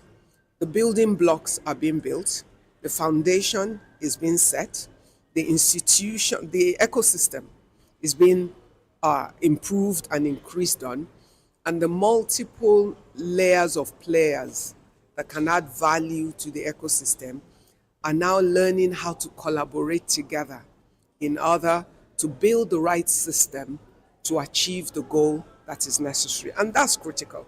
And the components include government, includes private sector, it includes activists, and supporting that is a lot of other international parties, DFIs, development agencies of all sorts, apart from development funds, You have philanthropic funds that come into that part as well.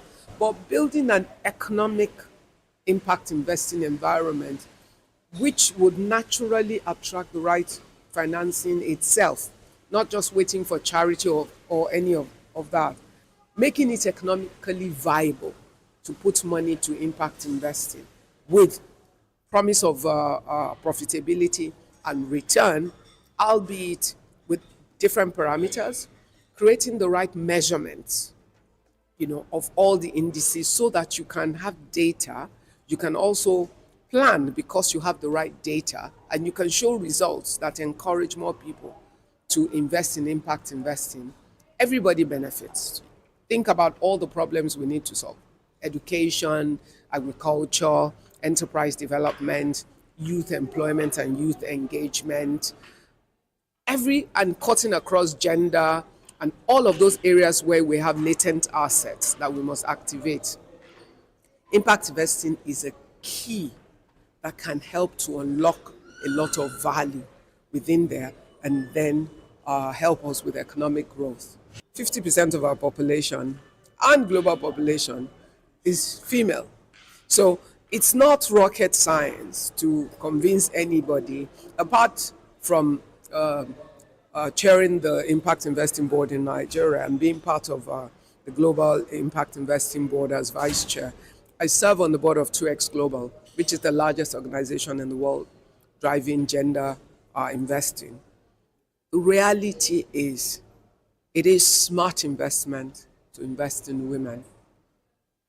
A lot of women are brilliant, they're smart, they're dynamic, they give value, whether they're paid for it or not. So now imagine when you draw that into your economic plan and you rightly train, you rightly empower, and you rightly fund and inspire that other half of your assets, which is human resource.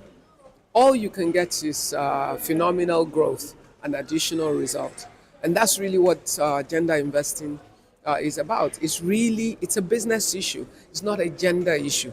People tend to think what we're talking about is just about women. No, we're talking about you maximizing your economic assets, and women are your economic asset. If they're 50% of your population and you're not investing rightly in them, it means that you're using the other 50%, which is male, to drive the economic investment in 100% of your population. Who does that? And really, in reality right now, there are many women that are single parents, not by choice. Some are widows, some are alone for whatever reason. Sometimes husbands have issues. Women are major economic contributors. Businesses go wrong, people lose jobs. Sometimes women are the ones carrying the burden of the extended family, their parents, their siblings, and all of that. So you don't even need to convince anybody as to why. You need to make sure that you economically empower and derive value from every member of your community, including your women. So it's not a gender issue, it's an economic issue. So transforming systems is, how do you get impact at the heart of decision making, at the heart of government decision making, so policy levers, at the supply of capital so that capital is put to work more for impact and for positive social and environmental outcomes, for the intermediaries that need to be put to work, for the demand side of capital. So systems change means building an impact economy and transferring from supply into a much more diversified use of capital so that it really is put to work for positive social and environmental outcomes.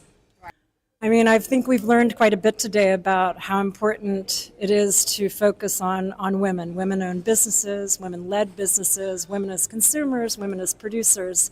Essentially, that's sort of the POS. If you can identify an investment strategy that enables gender in some way, shape, or form, your return on investment is almost certain to be higher. I think what's interesting about the summit, the study tour, the event in Accra is that it really is bringing all of the parts, as I mentioned, of the ecosystem together. So you have the fund managers, you have the asset owners, you have the policymakers, you have a number of organizations that are present that are representing that, how do you really support enterprises and build an enabling environment to unlock impact capital? So I think the opportunity is, the networking opportunity is tremendous, and just understanding who people are within the ecosystem to be able to work together is amazing.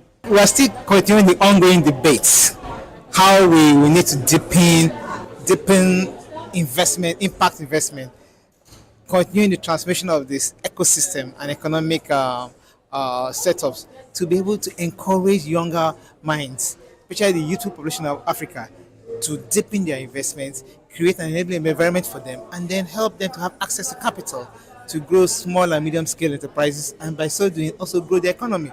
When we grow the microeconomy together, the macroeconomy expands. Every leader in Africa, every country will set its own tone to help her citizens deepen their impact investment. Fortunately for us in Nigeria, the government of President Bola Ahmed Tinubu GCFR has created an enabling environment.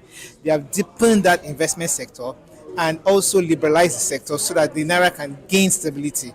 Now, funds have been released and a lot of promotion of startups to empower the youth through consumer credit scheme and other initiatives the government has brought in has helped our youth to go into impact investing. And that's one. Second is access to capital. Government too has also made access to capital available for young minds through the various loans and grants given through the various government financial agencies that also provide such. That's second problem that may happen if it's not there. But the third one is capacity building. The youth need to demonstrate strong capacity in knowing how to invest into the economy, and that also government has through the private agencies to be able to provide startups, educational grants, and enabling environment and places where talents could be groomed to learn how to impact into investment. Above all, Africa has a very vibrant youth population, and the largest of it is found in Africa. I mean, Nigeria being the largest country. So we take the lead, and we are showing an example how we can achieve and deepen impact investment. So the conversation is still ongoing. We are having a gradual growth. Economy is picking up, and as Nigeria becomes stronger, we know it to affect the rest of Africa. I think the business as usual is not going to work anymore, as we've seen with all the withdrawal of funding to Africa. So we have to look locally. We have to galvanize local capital. So the ecosystem has to see, how do we draw this capital out? What sort of structures will we make, financial structures in terms of instruments and that sort of thing, will make different investor classes come into the space? Because they're very easy ways to invest your money than PE, VC, and that sort of thing. So we need to figure out, how do we get local capital in? It's been the dependence on the international funders. It's changing. That landscape is changing. And my biggest takeaway from that is that you can't do it alone. It's gonna be an ecosystem approach. You have to get everybody at the table to see, let's find the win-win that's really gonna grow the economy. We need to take climate seriously. The climate change is real. Don't get it twisted. It is very real. So looking at solutions that are affordable and sustainable. We can't have businesses going into the space that they cannot make commercial returns and be sustainable on their own. They can't depend continuously on grant funding. What sort of solutions, homegrown solutions to meet these climate problems that are coming, can be made and made that can scale? I think that for me is what we all need to look at. And that's why also catalytic capital for that, because they need to think of different business models that will work for this market. For us, impact is everything an investment helps generate. So one, you're looking to invest to generate a profit, but also you're creating jobs, you're ensuring taxes are paid, you're giving an opportunity for job providers or job people working, employees, to create a living and help improve living standards for their families and wider ecosystem they're connected to. Impact also stretches further to other stakeholders, suppliers to businesses, as well as buyers of products, that they're buying high quality products. In addition, you have environmental impacts where you're looking to improve air quality, reduce emissions, polluting emissions. And, so just a wide variety and swath of things that investing helps provide more positive impacts for communities. Gender lens is very critical. I mean, women are 50% just about of the population. We've made more than a tilt, but actually building an infrastructure to help support women-owned businesses and through helping create more female fund managers. And we're doing that through 3 primary pillars and following a certain framework called ABCD. The ABCD framework shapes those three pillars. One is accelerating, so providing an accelerator for female fund managers to train them. We've taken 45 female fund managers through that over the past 2 years. We have a bridging facility, the B, a warehouse bridging facility to help female fund managers invest in initial transactions to help build and demonstrate their track record for other investors to then come in. And then we have the catalyzing, where the fund we're putting together will attract other investors to catalyze the female fund managers that we've helped bring into existence through the accelerator, through the bridging facility. And then as we catalyze them, we further help them deepen the work they're doing through various financial and legal and operational support that we've developed through the years in our existence to bring to bear for these female fund managers. Woman is gathering initiatives, visibility, investment, readiness, and sustainability for women-led businesses in these sectors.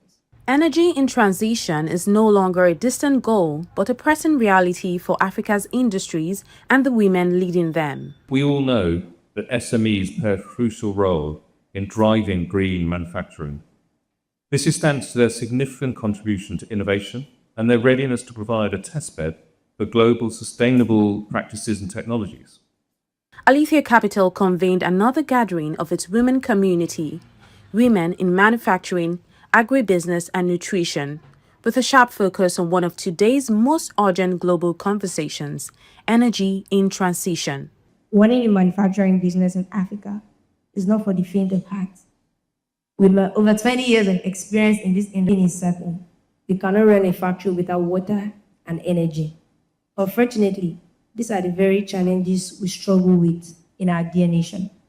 Supported by the British High Commission in Nigeria and Manufacturing Africa, the event drew investors, policymakers, and business leaders all focused on one urgent question: how do we ensure women are not left behind in Africa's energy transition? We started it last year as part of International Women's Day, Women in Manufacturing, Agribusiness and Nutrition, because in Alethea Capital, our fund's thesis, we invest in access to essential services. So a lot of our portcos are actually women in manufacturing and agribusiness. So we thought, how can we create a community that we bring women in this sector as growth stage SMEs in this sector together, transfer knowledge, connect them where they can learn from each other and talk on different areas that are actually critical to their business's growth. So that's how it started. And this year we decided to look at, with energy transition, we've been very intentional about working with our portfolio companies to transition to either transitioning sources of fuel like CNG or to renewable energy sources.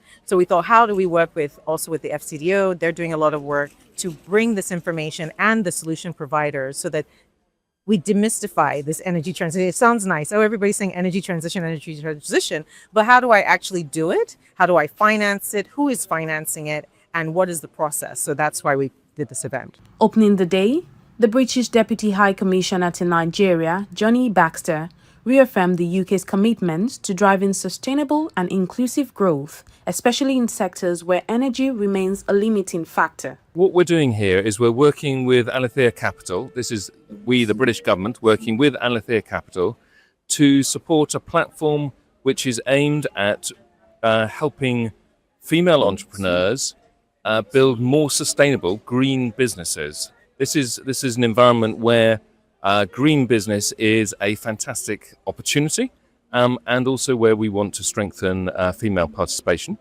The UK has a program called Manufacturing Africa, and this program has now launched a new bit of it called Green Business Building, and this is about helping new businesses, entrepreneurs, build areas, get skills which they might not otherwise have had. So we try and provide tailored support that's answering specific questions, and companies, businesses, SMEs come to us and they'll say, we can't do a pitch or we haven't done one of these things. And what we can do through Manufacturing Africa is bring experts together from around the world to come and talk to those businesses and help them answer the specific questions that they have. From panel discussions to open floor Q&As, one message echoed clearly: Africa's energy transition cannot be gender neutral. Women must be part of the solution. So Sterling is very big on supporting women and of course youth-led initiatives. Sterling is big on sustainability, right? We came up with our heart strategy. I don't know if you've heard about it, but we have a heart strategy called H for health, E education, A agriculture, R renewable energy, and T transportation. And within that, there are still sub-products that women can access. And I always loudly talk about we call the Sway AgFin facility, which is for women. You can access the facility at 9% for your agri projects, which of course energy is embedded in that, right? And another product that we believe that women need to know about, because I was saying in there that we need to do a lot more in terms of getting people to know about these things, right? So for me, that's another takeaway, that we should do a lot better in reaching out, in working with the market. If you look at Nigeria as a country, for example, energy requirement is very important, but we don't have enough grid availability to support industries. And most businesses tend to use other sources of power to sort of like augment whatever the deficit that is coming from the grid energy. And the main source they use is diesel. Diesel is not clean energy and it's very expensive. So where we come in is to try, and what energy transitioning means is to look for other sources of energy, cleaner sources of energy, cost-efficient source of energy that women-led SMEs can transition into so that they can help scale their businesses. Because if you look at the cost profile of most of these businesses, energy tends to take a very big chunk of their costs. And if they're able to scale up and reduce those costs, then they can help them scale up in other areas. They can have more money to use to, augment other areas of their businesses where they need to, scale up. And in a time when global development funding is under pressure, the conversation also turned to what truly drives investment support. This event has been so exciting. It's been fantastic to connect with a lot of the beneficiaries that Manufacturing Africa has worked with. These are beneficiary companies that have been able to secure investments, have been able to expand their manufacturing operations in a time where manufacturing has been tough in Nigeria, and businesses that have been able to recruit new people and create jobs. So the biggest takeaway from me from this event is women-led businesses should know that support exists, funding exists, and what they need to do in order to access that is to network, is to research, and to find credible partners. For Alethea Capital and its growing women network, the message is consistent. This isn't just about powering homes and factories, it's about powering women to lead Africa's energy future. Elizabeth Musa, reporting for Business Day Television.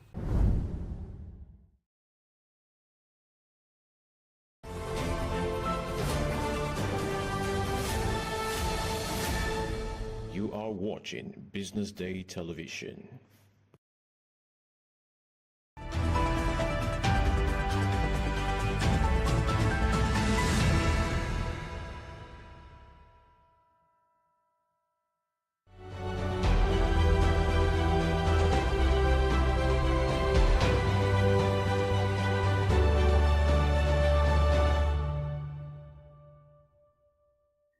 Hello and welcome to the big story on the BDTV Breakfast Show. My name is Elizabeth Musa.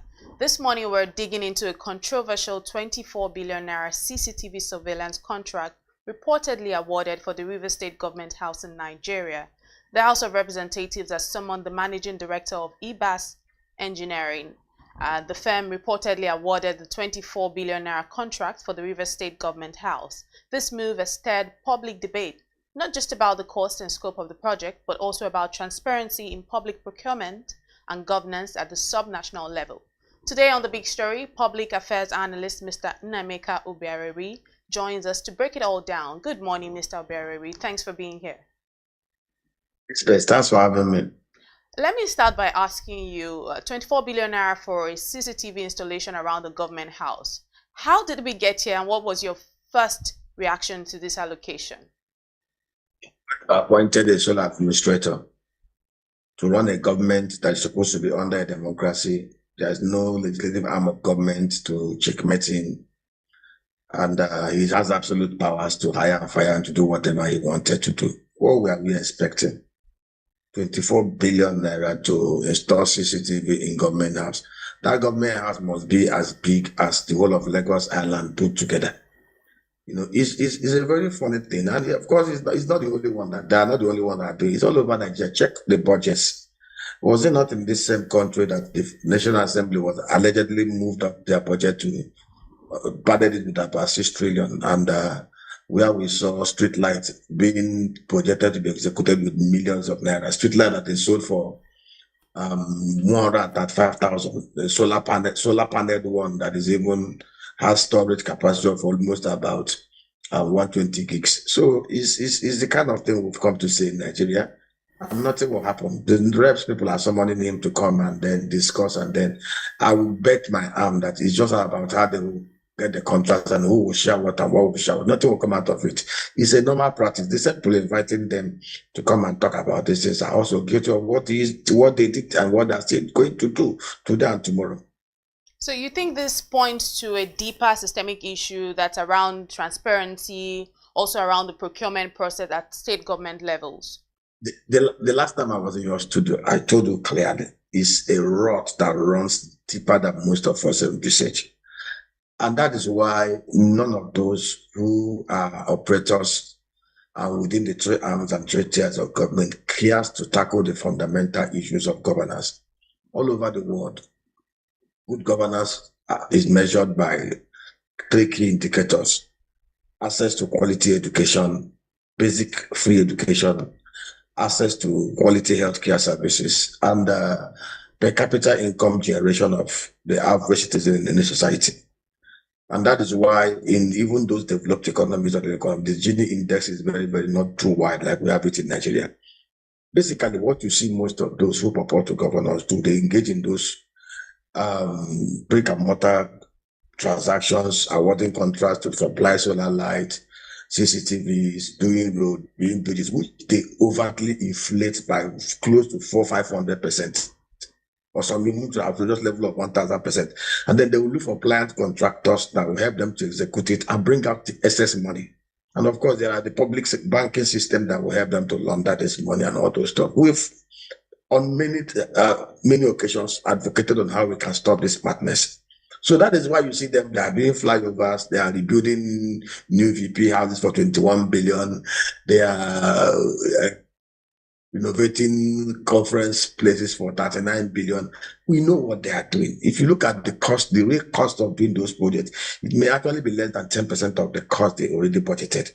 The whole essence of this brick and mortar thing, it will enable them to overinflate the contract, claim out the money, and Nigerians keep on. See, the truth about that, I say it to anybody who cares to listen.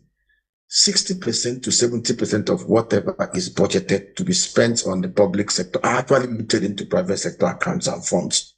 The only thing that comes to Nigerians is about 30%. And that is the truth, both capital and current expenditure. And it's a systemic rot, Elizabeth. Forget all this National Assembly is gara. They are all part of this. It's rotten to the core. And that's the truth.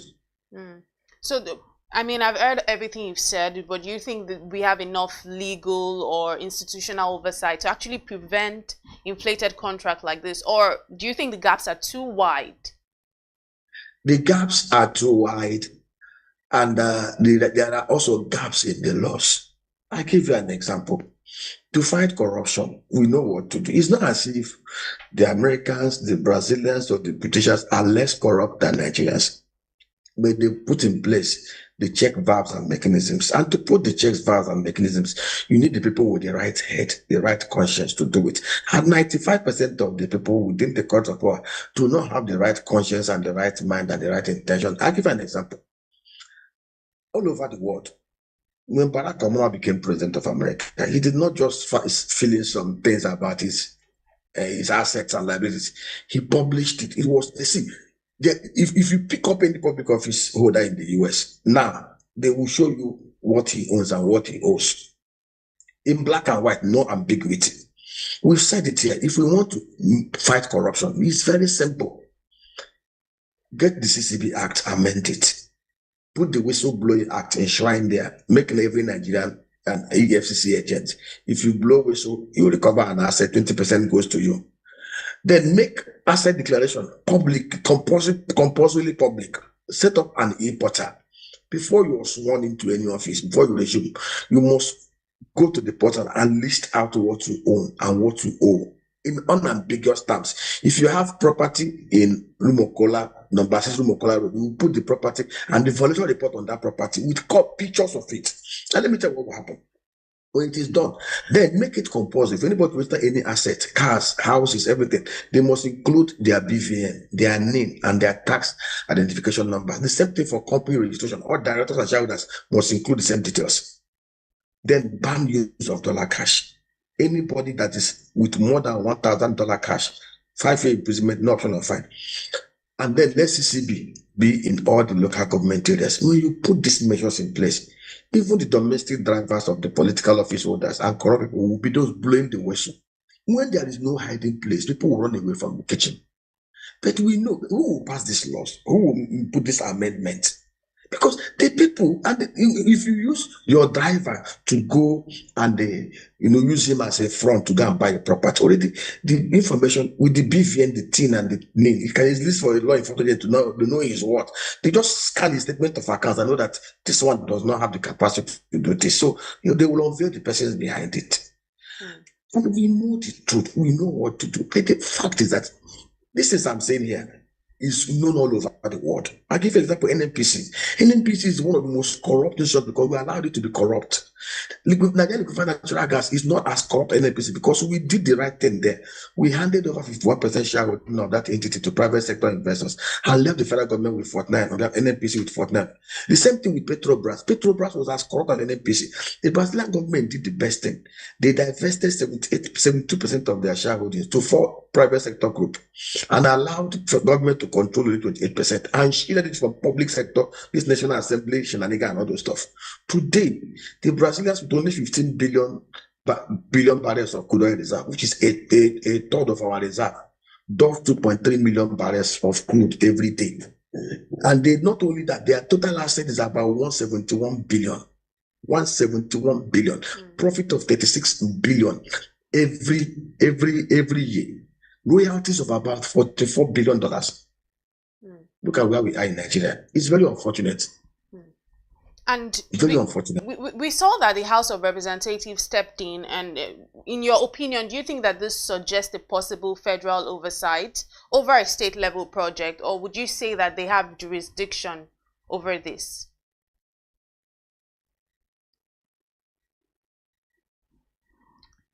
All right, we're just speaking with Mr. Obiareri. We think there was a little bit of a technical issue, but we'll be right back. This is still The Big Story. Do stay with us.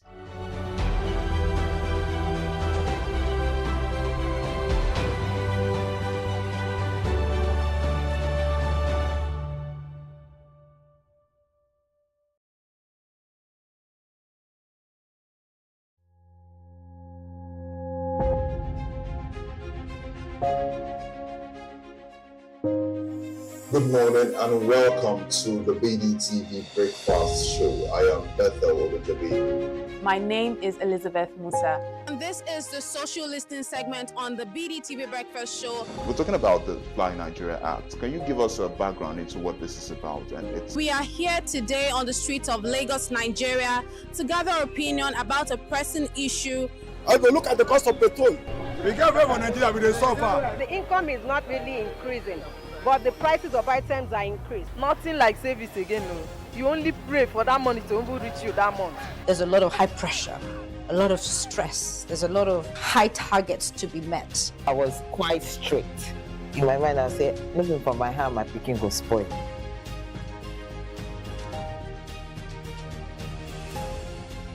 To allow all banks and all the players in the space 15% inflation target achievable in 2025.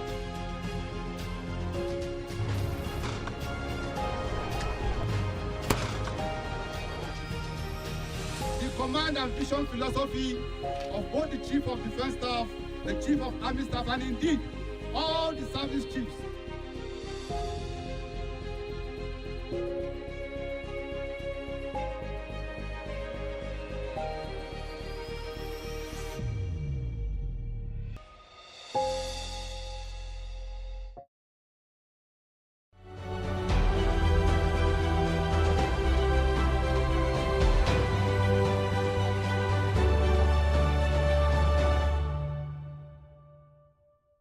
Welcome back. This is still the big story here on the BDTV Breakfast Show. Just before we went on the break, we were talking all about the CCTV surveillance contract going into 24 billion naira. And we're speaking to public affairs analyst, Mr. Nnameka Obiareri.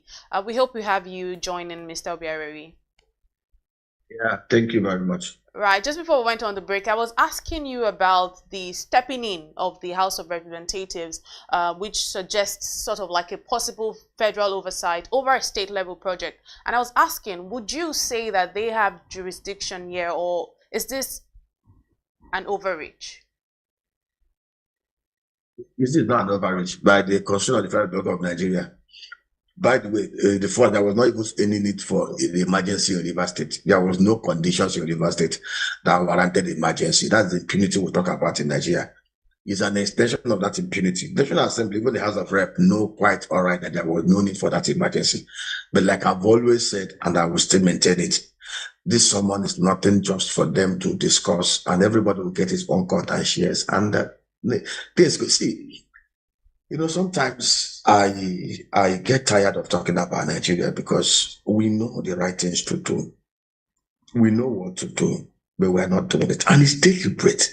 The atmosphere of chaos, of impunity, of incompetencies, of corruption helps the very few elites, both in the public sector and the private sector, who are collaborating to hold Nigeria under a vice grip to continue in their game.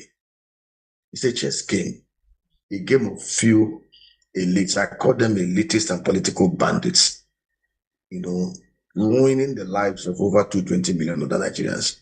And it's so deliberate. I know the most painful thing here in this spread is that every Sunday, most of them will run to their religious shrines. Friday, the same thing, to raise unholy hands, filthy hands, to a righteous God who sees their iniquities.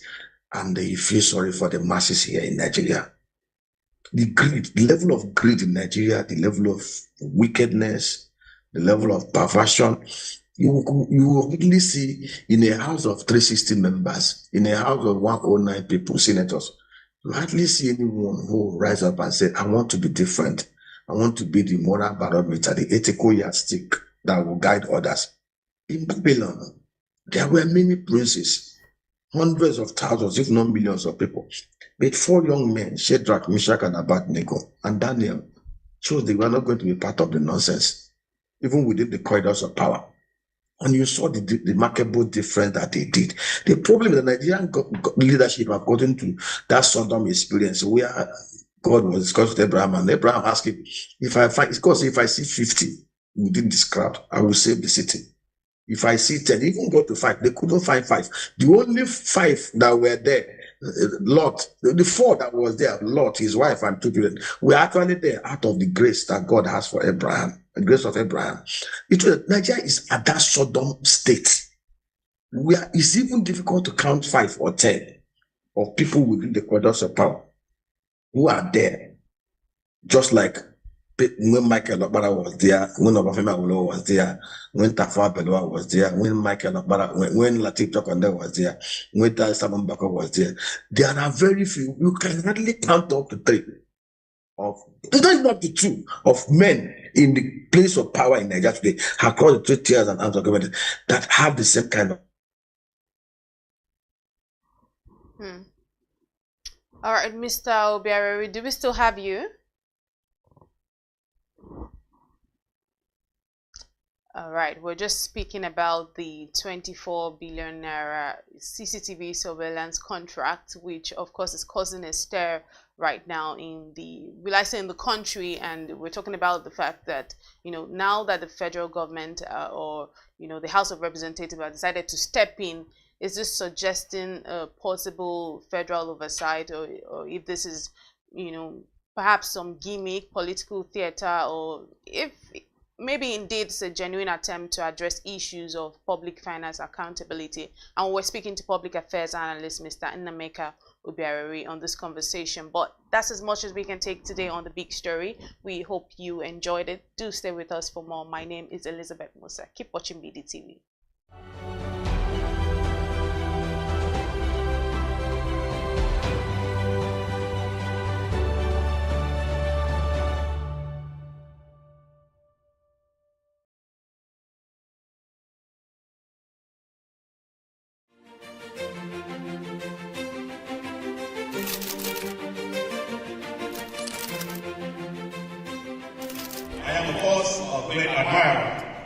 of the impeccable credibility, professionalism, and business savviness of BusinessDay.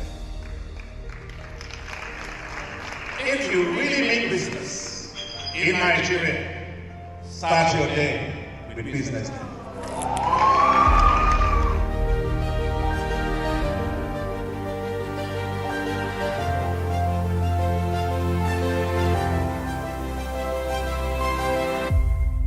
BusinessDay is West Africa's leading provider of business intelligence and information, delivering premium content across diversified media platforms, including online, mobile, and print. Since its inception in 2001 with a weekly newspaper production, BusinessDay has expanded its reach to provide exclusive content accessible through print, mobile, and online channels. Our premium offerings are further enriched with syndicated content from esteemed sources like the Financial Times, The Economist, and the Harvard Business Review. At BusinessDay, our mission is clear: to be the foremost provider of business and financial content, empowering readers to make informed decisions in Nigeria and Africa.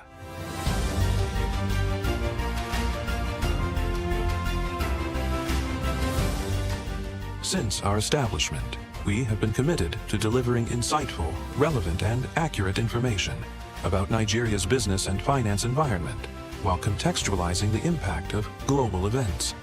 We monitor the stock market, analyze the companies driving it, and report on government policies and their economic implications. For being consistent in organizing these CEO forums for almost the last 14 years, I think this was a commendation, and I think something that will encourage them to continue. From decoding market trends to dissecting economic shifts, we offer actionable investment ideas and serve as a compass for decision makers navigating complexity. Beyond headlines, BusinessDay fosters discussions on critical economic issues through impactful conferences and events. These platforms bring industry leaders together to share narratives that drive innovation and spark meaningful dialogues. Our events galvanize connections, bridging the gap between inspiration and achievement. For businesses seeking visibility, our strong digital presence offers unparalleled opportunities, with millions of followers across social media and a dynamic website attracting visitors from within and outside Nigeria. BusinessDay is the ideal platform to boost visibility for your products and services.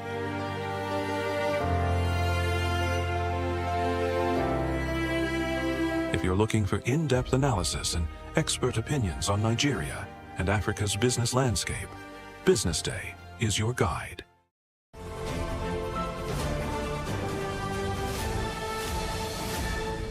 You are watching BusinessDay Television. Power, as we know, affects all and sundry. And today we're shifting the spotlight from Abuja, we're shifting the spotlight to the state.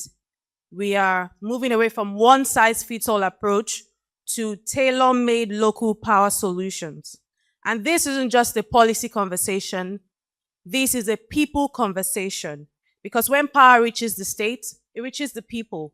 And when it reaches the people, it lights up homes, it lights up schools, and it lights up dreams. The Energy Conference 2025, convened by BusinessDay, was a strategic policy intervention event focused on powering the states toward navigating Nigeria's decentralized electricity future. It brought together policymakers, regulators, investors, and advocates in the Nigeria's energy sector to explore actionable pathways for accelerating decentralized power solutions and driving inclusive state-led energy development across the country. 100% metering is possible, and we can do it in our lifetime. Once people are assured of the source of their revenue and they have line of sight to the revenue that we're talking about, more investment will flow in. Whatever it is that the discos are doing today as revenue, if it's properly enhanced and if they're also properly empowered, we project that you will see between 3 and 4 times that value coming on the market within the next 2 years. The publisher of BusinessDay, Mr. Frank Iboru, delivered a thought-provoking welcome address speaking to the theme of the event.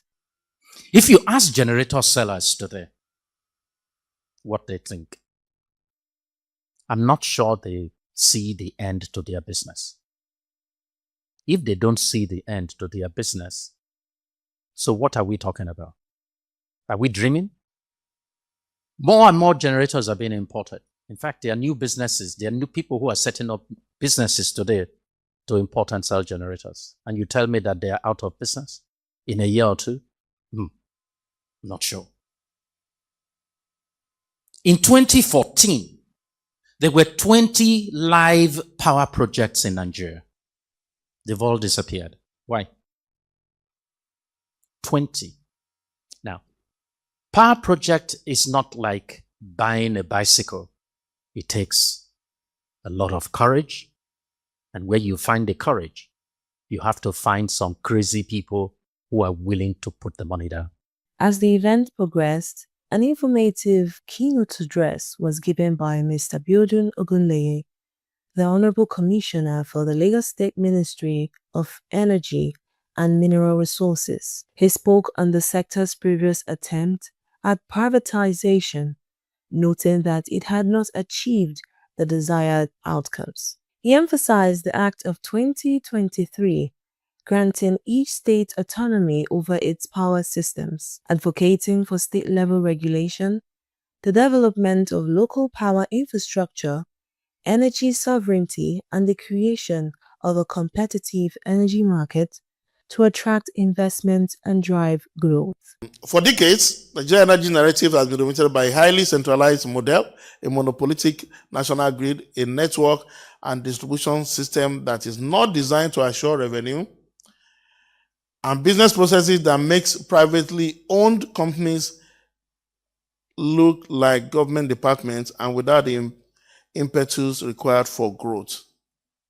This over-centralization left our state powerless in more ways than one, unable to intervene, unable to innovate, ultimately unable to guarantee reliable electricity for our homes, businesses within our state, and critical infrastructures within our geographic boundaries. But today, we stand at the dawn of a new era, a turning point marked by the amendment of the Electricity Act of 2023, which now empowers states to develop, regulate their own electricity market. For the first time in Nigeria's history, states are no longer expected to be bystanders. We are now expected to be active architects of our own state's energy future. Moving on, an industry presentation was given by Rabbi Jamal, the Group General Manager for JMG Limited. Electricity obviously is the backbone of any modern society. Okay, and Nigeria does have a transmission and distribution problem, and even generation problem. There's lack of access to electricity. 40% of primary healthcare centers, for example, lack access to electricity, undermining the coverage and the quality of basic healthcare. Okay. There are a lot of challenges facing it. For example, I did my thesis on the challenges of the Nigeria's power sector in 2016. And it's unfortunate that today some of the same challenges still remain. Following the presentation, an interactive Q&A session took place between the Honorable Commissioner, Mr. Biodun Ogunleye, and attendees. Participants raised questions and shared concerns about the regulations currently impacting and those that have previously affected their operations within the sector. The first thing we're trying to do is to engage. We're trying to ensure that the changes we anticipate are not disruptive.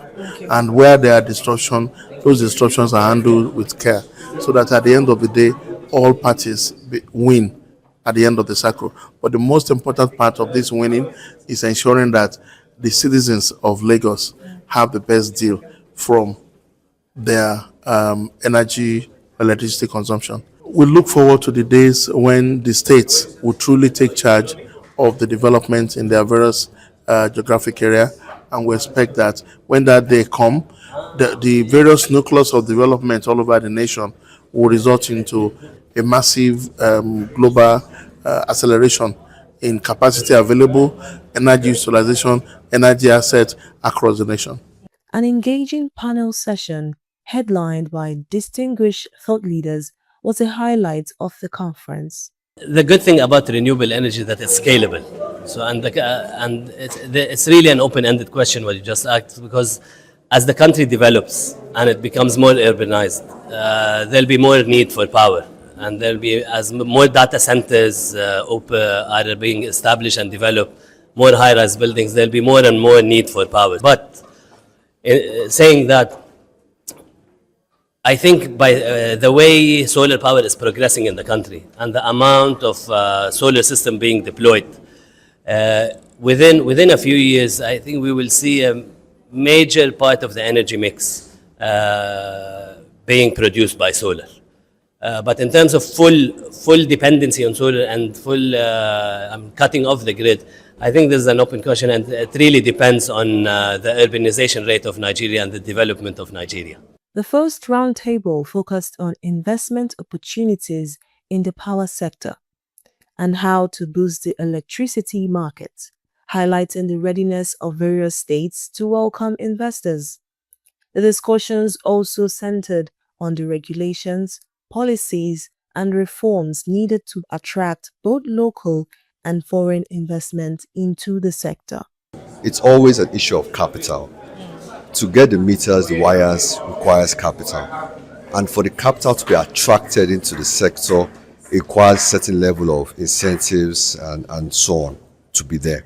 So the first thing to do is to create the right environment, the right incentives, and then you have people that will bring in the capital to buy the meters and invest in the wires to make the system or make the sector more viable. So I think that's the first step.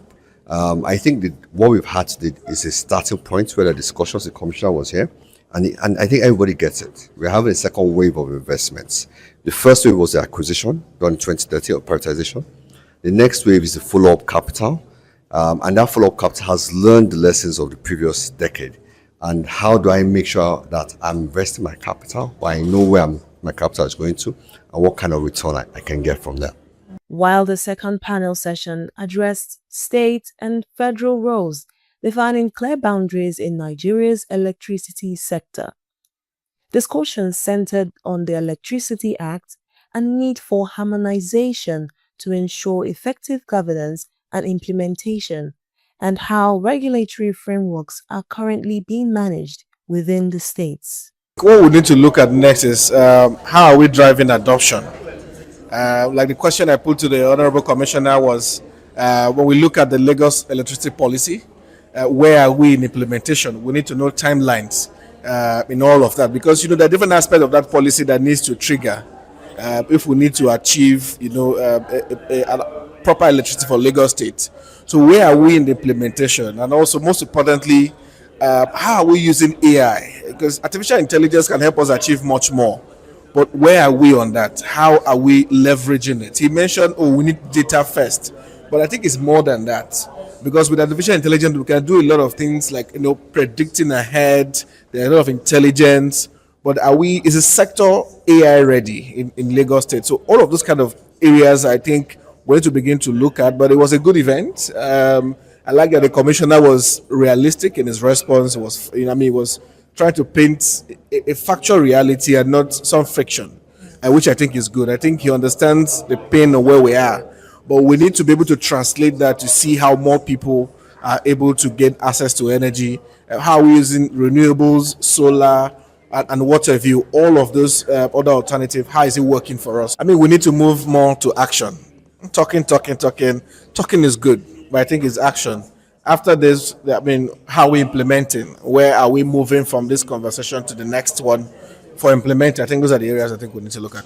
Some of the speakers and attendees present also shared key insights gained from the event. We're generating 40 to 45,000 megawatts of power at any instant. If you listen, quietly, you would hear all the generators going on around here. That's not provided by government. So government's legacy is in the 4,000. So 92% of the electricity we consume in Nigeria, government has no involvement in it. So they've left already.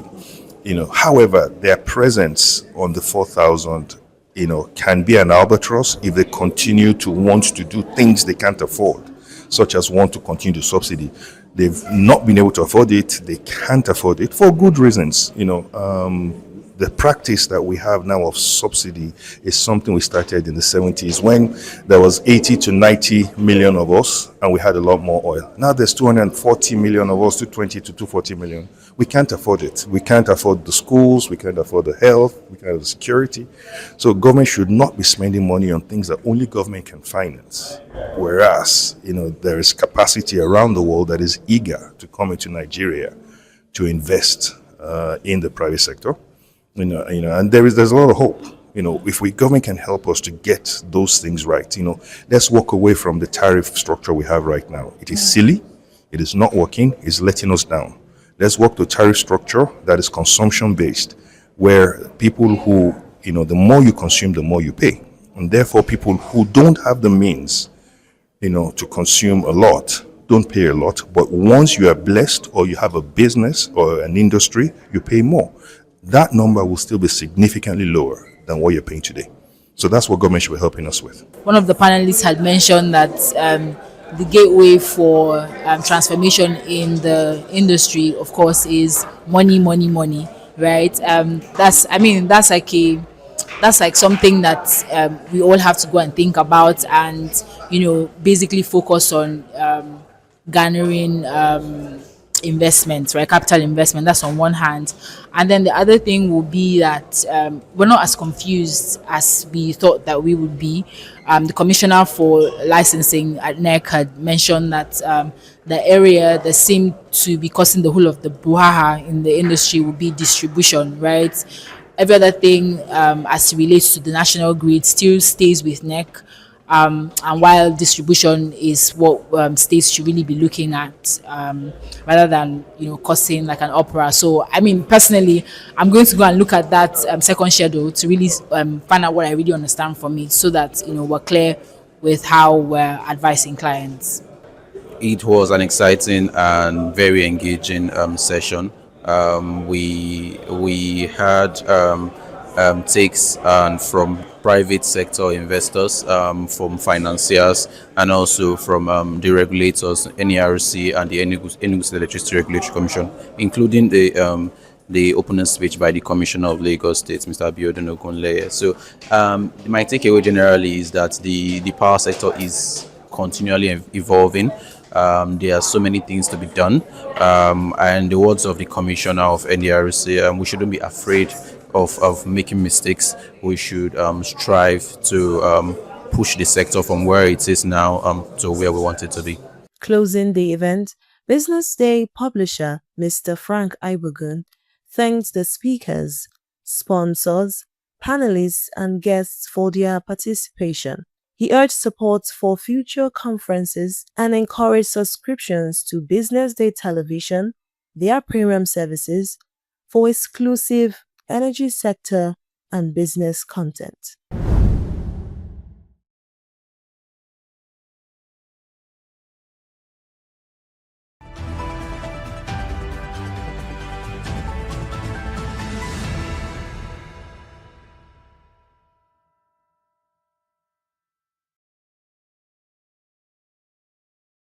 Attention business leaders. Want to make informed decisions? Join the ranks of the best with Premium Business Day.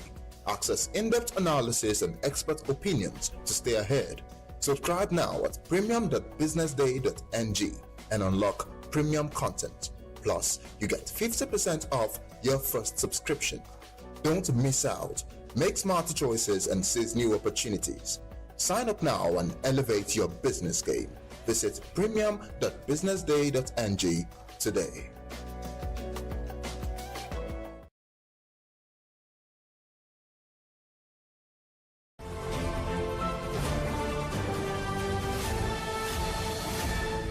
You are watching Business Day Television.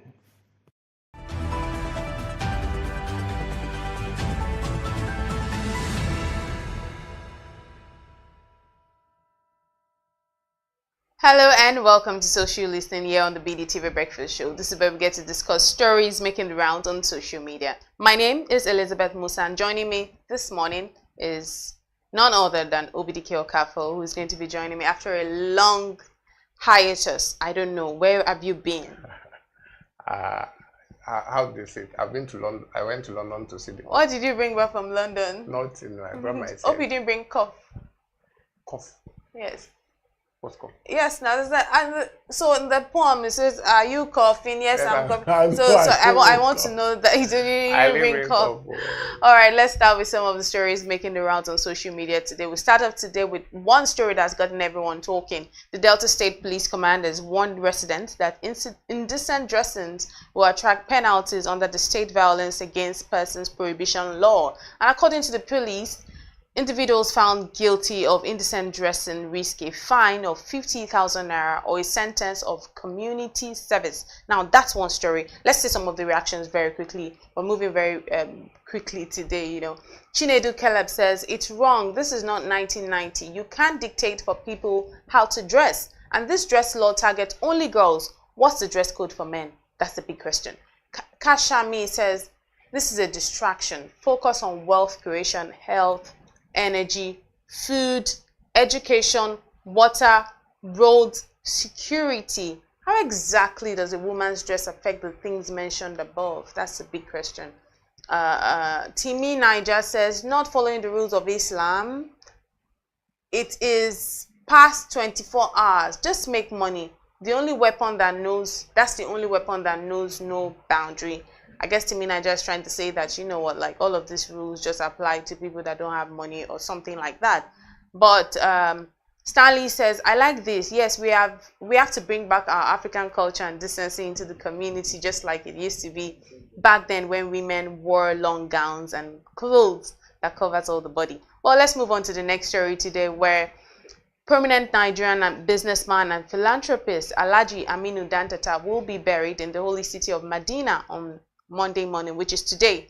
His family had disclosed that he would be buried next to his wife, Rabia, who passed away in 2023.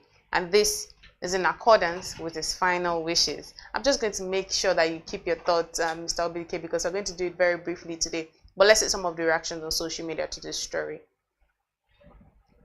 So, I mean, for a rich person, things are different. It's always easy to get your dying wish. You know, when you're rich enough, you could have said, oh, you want to be buried in the Maldives, or you want to be buried in, you know, just some really nice places. You will get it. But then what happens to a poor person? Ogadima says, I'm glad his wishes were made possible. I pray people make mine possible when I leave this world. Amen to that. Let's see more reactions on social media. Far Away Season says, an ordinary Muslim is encouraged to be buried the same day or the next if death occurred at night. But when it comes to elite Muslims, burials can wait. They prefer Saudi, aiming to rest near the Prophet, as if blessings don't exist in the soil back home.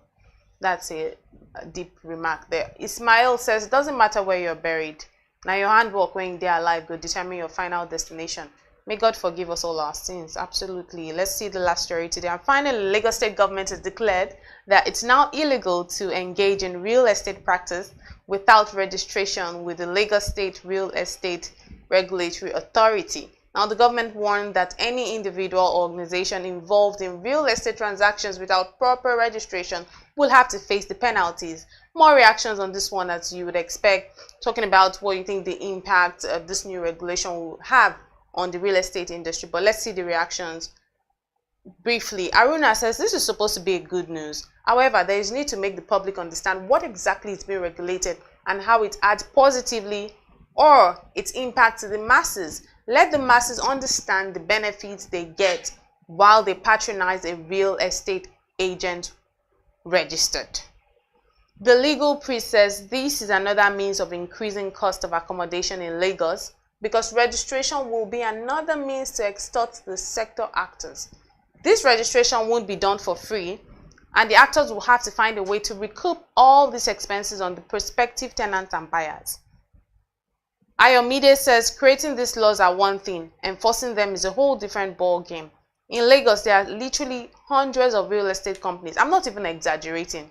How does the Lacera plan to ensure that all these companies register with them? Well, enough of all of the comments. Let's start off with the first story. The first story today, talking about indecent dressing and fine of 50,000 naira. Firstly, I'm going to say what's going to be the determinant of what makes it an outfit decent or indecent. Because what is morally acceptable for me might not be, it might not be morally acceptable for you. So how do we draw the line? Also, too, most of these rules always apply to women only. Then what's going to be termed as indecent dressing for men? Because it always seems like they think that it's just we're in a very patriarchal community, society, where it's always about the men, like, oh, pandering to what favors the men or whatever. So those are my two questions for that. So let's start with that. Okay, so first of all, the problem with most of these kind of rules is that there is no definition. There is no, once they just look at it, so they just do random select. Once they look at it and they feel that is indecent, then they arrest you. Because if you check, they might list some things, but even those lists still don't give clarity.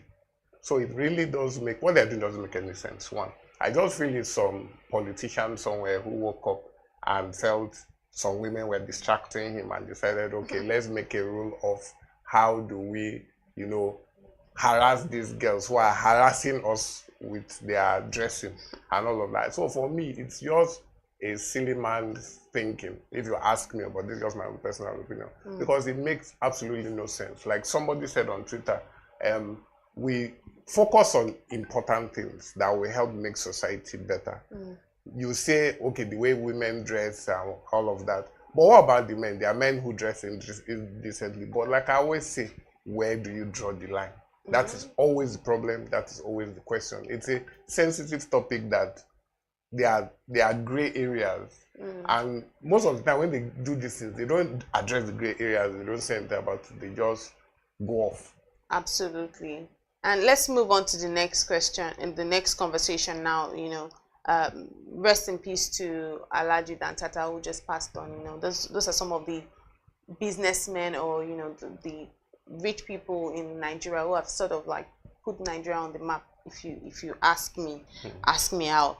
Just his relationship with Dangote, because it does refer to him a couple of times on how he had needed a loan before he started the whole Dangote empire, how he had needed a loan. And I assume that it has to be his uncle, because he did mention his uncle Dantata, who gave him his first loans, to start his business. So, and you can't take away from the fact that when it comes to the industrial, sector of Nigeria, economic growth, people like this have contributed massively. So thank God for long life. He lived till 90 years.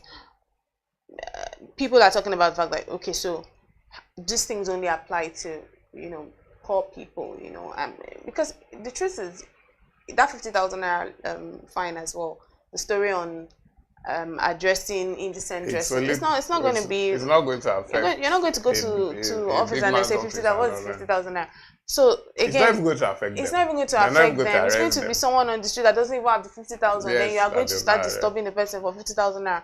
But now his death wish was to get buried in Medina, and that happened this morning, which I think is really fantastic. But some of the comments on social media are saying that normally Muslims get to be buried the same day. So then these things only apply to people that or if it happened at night, then it buried the next day, the next morning. But obviously this is like 2 days. But I don't know your thoughts on his wishes of getting buried in Medina. The problem is people should read between the lines and read properly. Right. They had already applied for him before. It was something that was in his will, even before he died, that he was buried in Medina next to his wife. So the idea was to have made plans so that the day he died, they just ship. It doesn't take time. They ship immediately and bury him. Just authority. But the problem was, because of there was still that diplomatic not agreeing to send and deciding and all of that. So those caused delays. Because I can bet you that if he knew he would die in the next 2 or 3 days, or all those kind of things, they will have shipped him to the Medina and just waited. Once he died, they'll bury him immediately.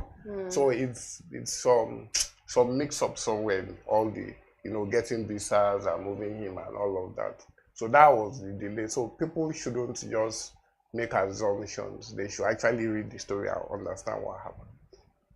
I don't even have a problem with people doing what they want to do with their money. I think that people coming on social media to start castigating, you're just there castigating and just there. It doesn't change anything. It's my money. What I want to do with it, let me do it. And you don't even talk about the dead. But let's move on to the last story, which I think is quite relevant to where we are, the situation in the country, and the state we are. Now, there's a new regulation that the real estate industry is trying to pass, which is making sure that everyone who wants to call themselves a real estate, there are many people. I can say I'm a real estate agent too, because I just deal one or two things and just say I'm a real estate agent. So there are so many people that they're now saying that they want to make sure that there is some sort of regulation in that industry. So before you call yourself a real estate agent, you need to have some license. What are your thoughts on that? So the question I have to ask is, so they didn't actually have a regulation before, which is kind of surprising, because I assume that we live in an organized society. Everything is supposed to be organized. Everything is supposed to have regulations. But I'm not surprised, because you see people, some regular random person on the street to tell you he's a real estate agent, and you end up going through him. In fact, he will even print form and give you to fill and all of that. But at the end of the day, half of the time it always ends in tears. So I think that has become a lot. So people are beginning to be worried that that regulation is required. But unfortunately, there is no definition. There are no, like somebody mentioned on Twitter, there is no definite terms of how these things are going to be. And at the end of the day, whatever they charge them will be passed down to the tenants or the people that go through them. It's a vicious circle, like I always tell you. Things in Nigeria, they are vicious circles. This is just one of those vicious circles. What vicious circle? But I think it's a good thing to make sure that the government, has that everyone that wants to, engage in real estate activities or organization, all of that, will have proper registration. But I think for me, it's just about making sure that it's regulated.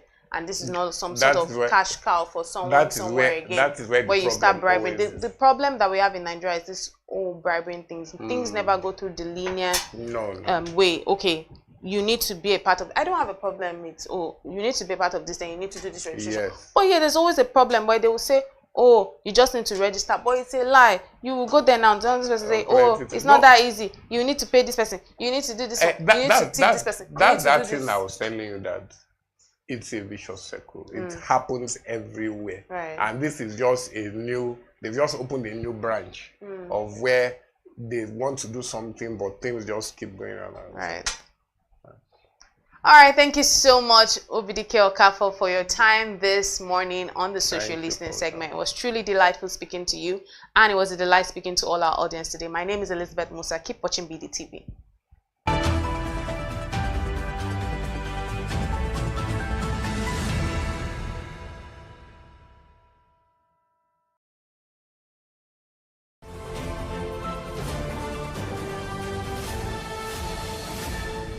You are watching Business Day Television.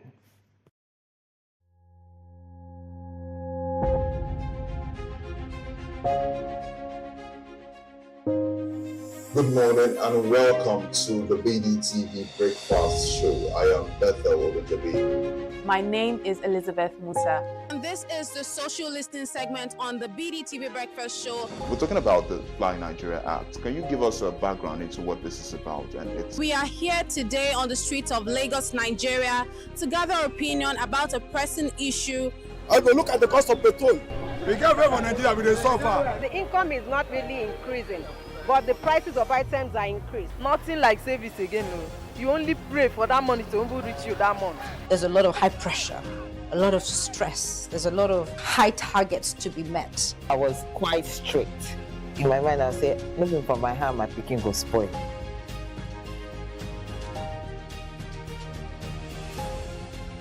To allow all banks and all the players in the space 15% inflation target achievable in 2025.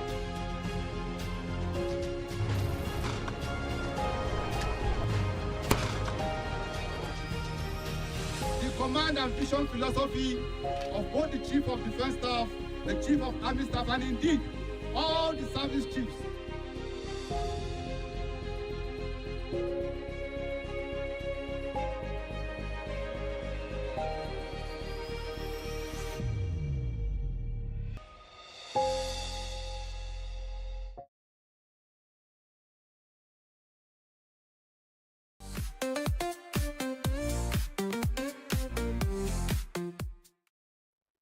Good afternoon and welcome to BDTV Roundtable, where we discuss issues within the political, social, and economic space of the Nigerian nation and beyond. Today, there are two issues that we have to discuss, and these are the resignation of the former APC chairman, Abdullahi Ganduje, and of course the reconciliation between Governor Fubara and his political boss, Nyesom Wike.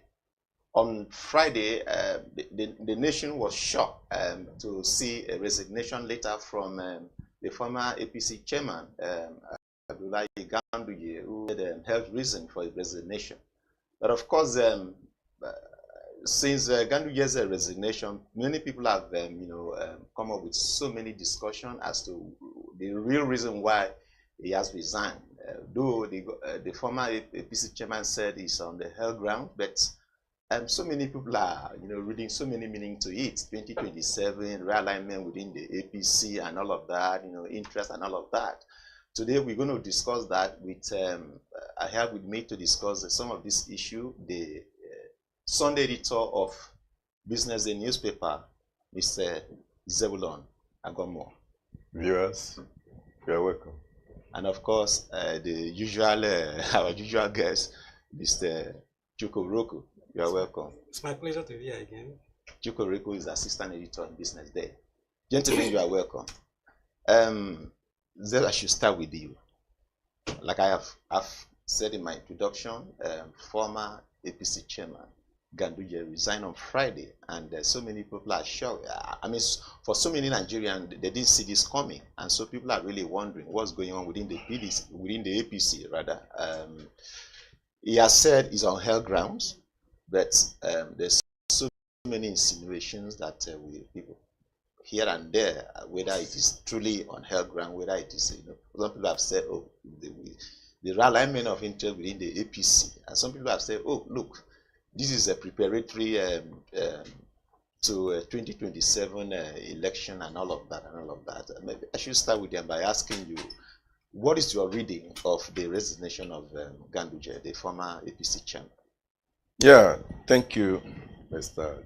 Joshua Bassi, for inviting me to this round table.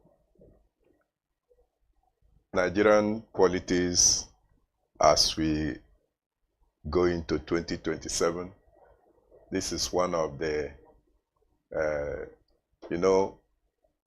when a caterpillar is coming, there will be a vibration.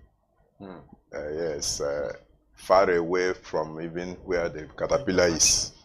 So the vibration, you begin to feel it. Assuming the vibration, the caterpillar is coming. At the gate there, you'll be feeling the vibration. The resignation is one of the vibrations we are likely going to see and going to feel as we approach 2027. Politicians are aligning and realigning forces. APC, if you recall what happened 2 Sundays ago in Gombe State during the meeting of the northwestern groups of APC, where Ganduje was trying to adopt and promote the second tenure of the president, leaving out the name of the current Vice President Shetima, which really resulted in a brawl. And I think that also led to what happened on Friday, because not many people at that event took that thing lightly. In fact, Ganduje was reportedly sneaked out of the venue. Yeah. Now, Shetima, it had been rumored over time that there is skirmish between him and his boss, the president. Though the presidency has over time also denied the love lost between the two. But things are working to show that actually what was reported was real.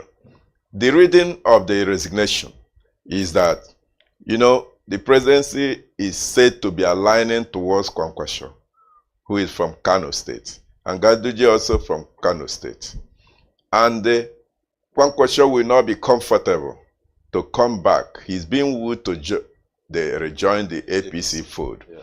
And he will not be comfortable coming back to APC with Ganduje as the national chairman. So what the president simply did was just advise Ganduje to resign so that it will create opportunity for Kwankwaso to come in. And Kwankwaso is also being rumored to be primed for the vice presidency in 2027. So it's all these politics. Like I said, vibrations, a lot of them will continue as we march towards 2027. So it's all about politics, and we are going to see more of that.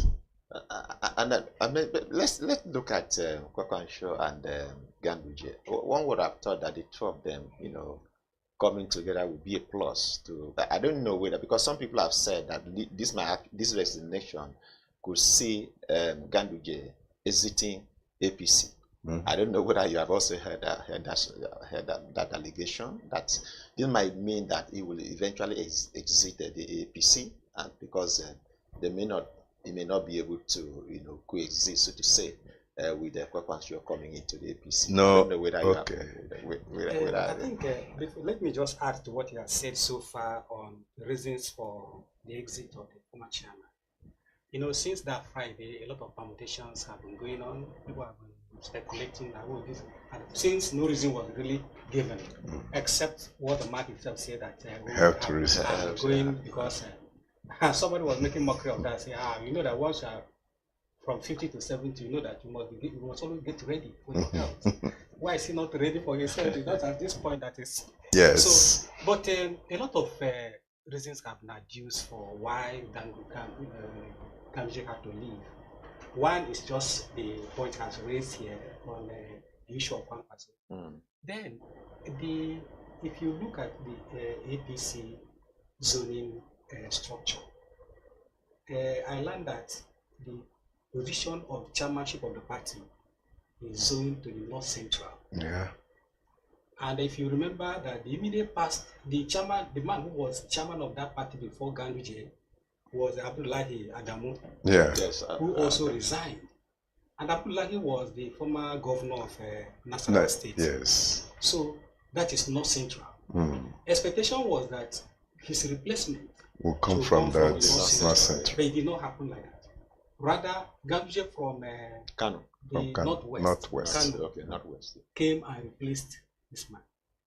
So it is being rumored that the Northeast people, Northeast politicians, have actually been mounting pressure on easing Ganduje out so that they could take their rightful position. That somebody from that zone should come and replace. And if you see the posturing within the party now, as per who will replace Ganduje, Darie is being primed, and Al-Makura, and then the present SGF. Okay, Akume, George Akume. But people say that the odds are against some of them. Al-Makura is actually the favored candidate for that position now. That is as per the Northeast. There's also another speculation that Ganduje have been corrupt in that position. They cited the issue of where they say they have collected a lot of money from candidates. And then he has working against Tinubu and even APC itself.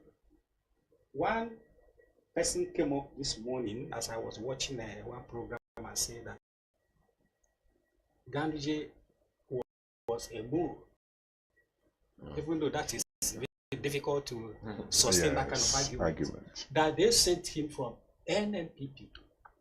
He was working for NNPP. That he should go and make sure that things don't work well in the APC. That's a very contentious issue. But the truth remains that Ganduje is out, and there's no way his exit has no implications especially for APC. And the way he just left, one would suggest that the reason that perhaps he may exit, he may leave the party. Yes. There's that possibility. Because if Kwankwaso actually comes in, and they say it was the one standing against Kwankwaso coming into the APC. So his going out was just to free the road for Kwankwaso to come into APC. It's not taken words from your mouth. You see, Nigerian brand of politicians do not resign and just go and sit down. They are there, they hang in there no matter what happens. So far, they are relevant. Yeah. So just to disabuse the mind of anybody thinking that tomorrow Ganduje will go because he was told to resign, in quotes. So Ganduje will continue to run around because it pays him better to be in the circle of government than just to go home and sit down. It is urgent because what we are hearing is that he will be sent abroad as an ambassador. And that means they must have sent him to go there and just rest. So, but pending when that announcement will be made, it is naive to be thinking that he will just go home. Whatever. Because don't forget that the federal government is powerful and the president is powerful. He will just call two of them to a meeting and reconcile them. Look at what is happening between Wike and Fubara today, which we are going to also touch on. Politicians do not just go back, particularly when they are seen to be relevant. They cannot just go down and fizzle out just like that. So that's just to disabuse the mind of people who may be thinking like that. But don't also forget that at the moment, there might be crisis of succession. The Borno APC is not taking it lying low that Shetima will not is not going to come back because they feel so bad about it. Particularly the governor, Zulum, was not happy when he read the handwriting that it appears that this is a concluded matter, that Shetima will not be there. At that meeting, he reportedly, in fact, incited some people to begin to go rowdy. So then Borno is also very important in the scheme of things in APC. So the presidency will do everything possible, and the president in person will do everything possible to placate all the blocks. And don't forget, all these things that are happening now, just as you call it vibrations, are just preparatory to 2027.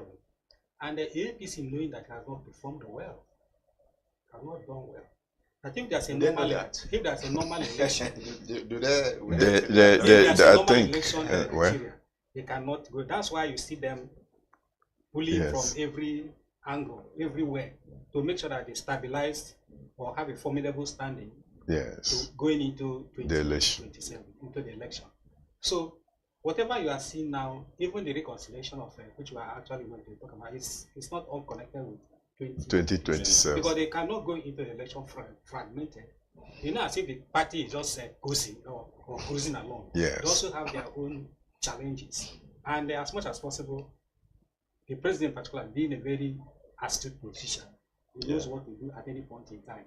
And for him, of course, name your price, and then he will pay. He will pay. One of the reasons people have cited for Tinubu tilting toward northwest Kano in particular is because of the numbers. The large, the numbers. Because of the numbers. Do you share that sentiment? Of course, the Kano in the northwest is a very formidable state. If you look at the population of Kano, it's about 3 of the states in the southeast, or 2 less. So if you get that state, you're already in for something good at the election. And the choice of Kwankwasho is because of his movement, established the Kwankwasha movement that has proven over the years that they are solidly behind this man. And they have done a lot. Look at, with all the push and all the strength of the APC in 2023, the party was not able to get that state.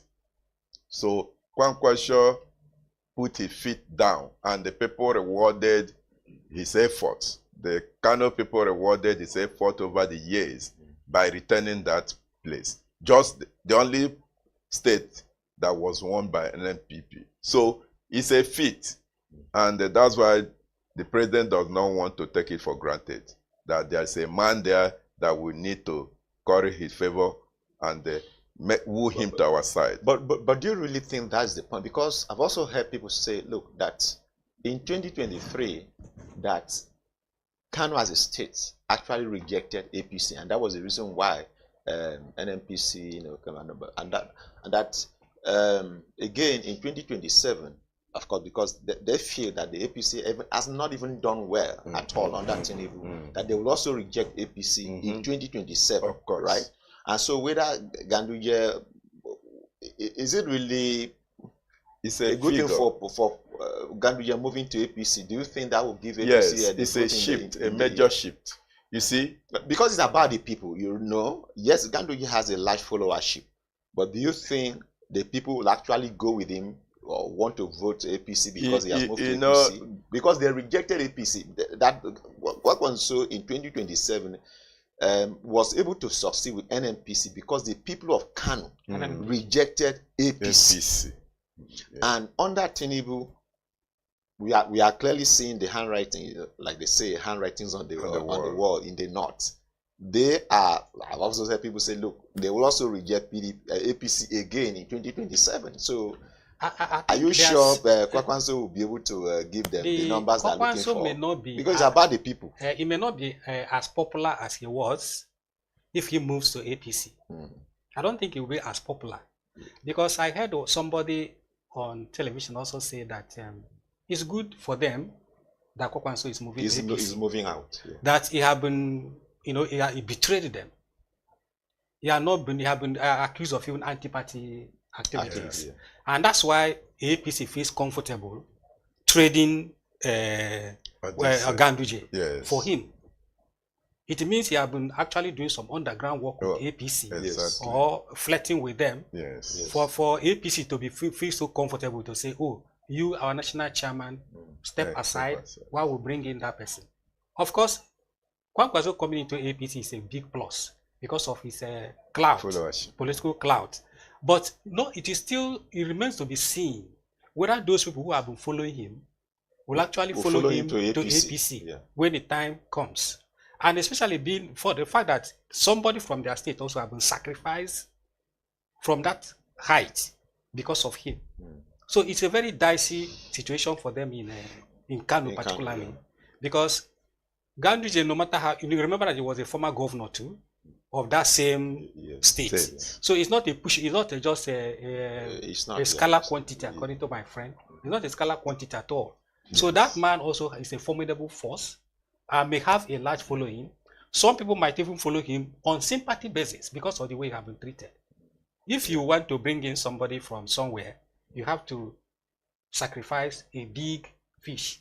And for as far as Kano people are concerned, having their son as a party of the ruling party, it's not a joke. So nobody knows. It's difficult to actually conclude here that by 2027 it's going to be an easy ride for APC in Kano.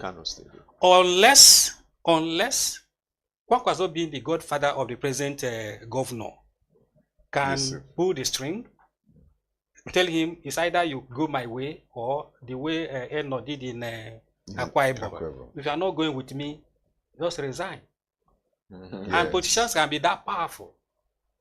So it's difficult to say what actually is going to happen, because of if Kwankwaso actually comes in as a vice presidential candidate with as being rumored. Yes. Because dropping Shetima, for it's a newcomer. Yes. It's a newcomer. Like which Zeb said, it will also pose another challenge. Yes, it's another challenge for APC in that the same north. Yes, but the whole of northeast. Yes. Because Zulum, for instance, is worshipped almost in that part of the country, because he's doing a lot for their people, for his people. So it is neither here nor there. Yes, what I would want to say, two things. You know, they are doing all these things now that we have a year plus. So by the time they install or they establish that Kwankwaso is coming and is in the party, they begin to do real reconciliation. According to all those people that felt aggrieved, they will start going back there and doing one or two things. Again, in Kano State, they don't have a critical mass that can analyze things. That's where you have all these Amajiris. The voting masses there don't have the capacity. I'm sorry to say this on air. Many of them don't have the capacity to analyze things. That's why you see the way they vote in the north. Reportedly, there are children. One direction. One direction. So just let follow voting pattern. So if you are here thinking that because Ganduje may have been ill-treated, in quotes, by virtue of stampeding on him to resign, he will get some sympathy from the people. When the time comes, the federal government, because he wants certain things from Kano, we do a lot of things to placate them, and they may forget all these things before then.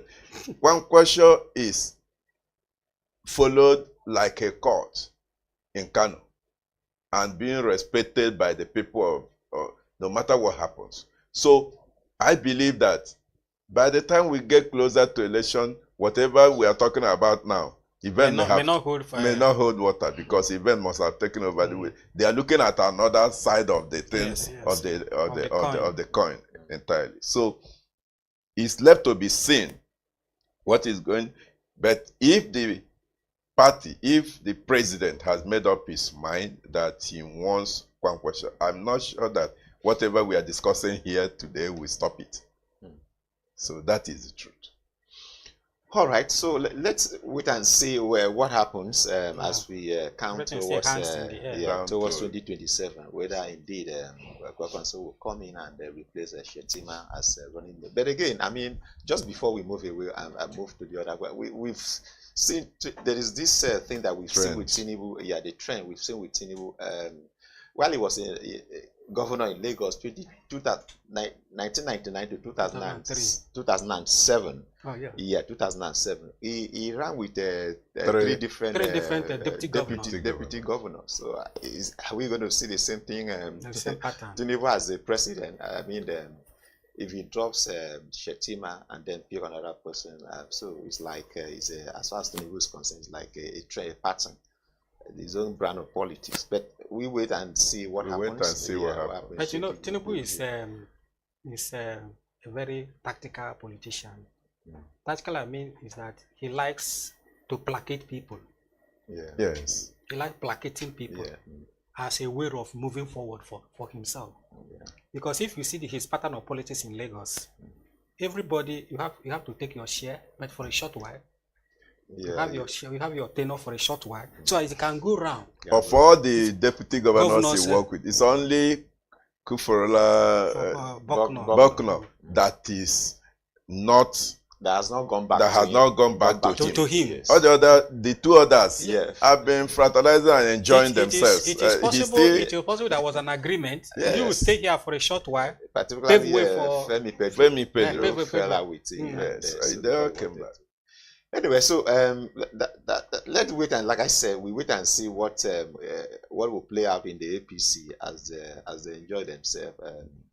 Just before we round off, yeah, you know, interestingly, we have seen Fubara and Wike now coming together, and then pushing behind them, their disagreement, and you are asking, okay, the president played a big role here. I mean, he brought the two of them together, and then they talked to them, and so they some concession. Okay, fine, but again, people are asking, Fubara, if you could, concede to this level, for God's sake, why didn't you concede all along? So why allow Rivers to suffer what Rivers State has suffered so far, and then you are coming back to the same point where you remember the first move by the president to reconcile the two of them when they gave him there was this agenda there, and he reneged. He could not implement all of that. But we are seeing another agreement, even though people are now saying, look,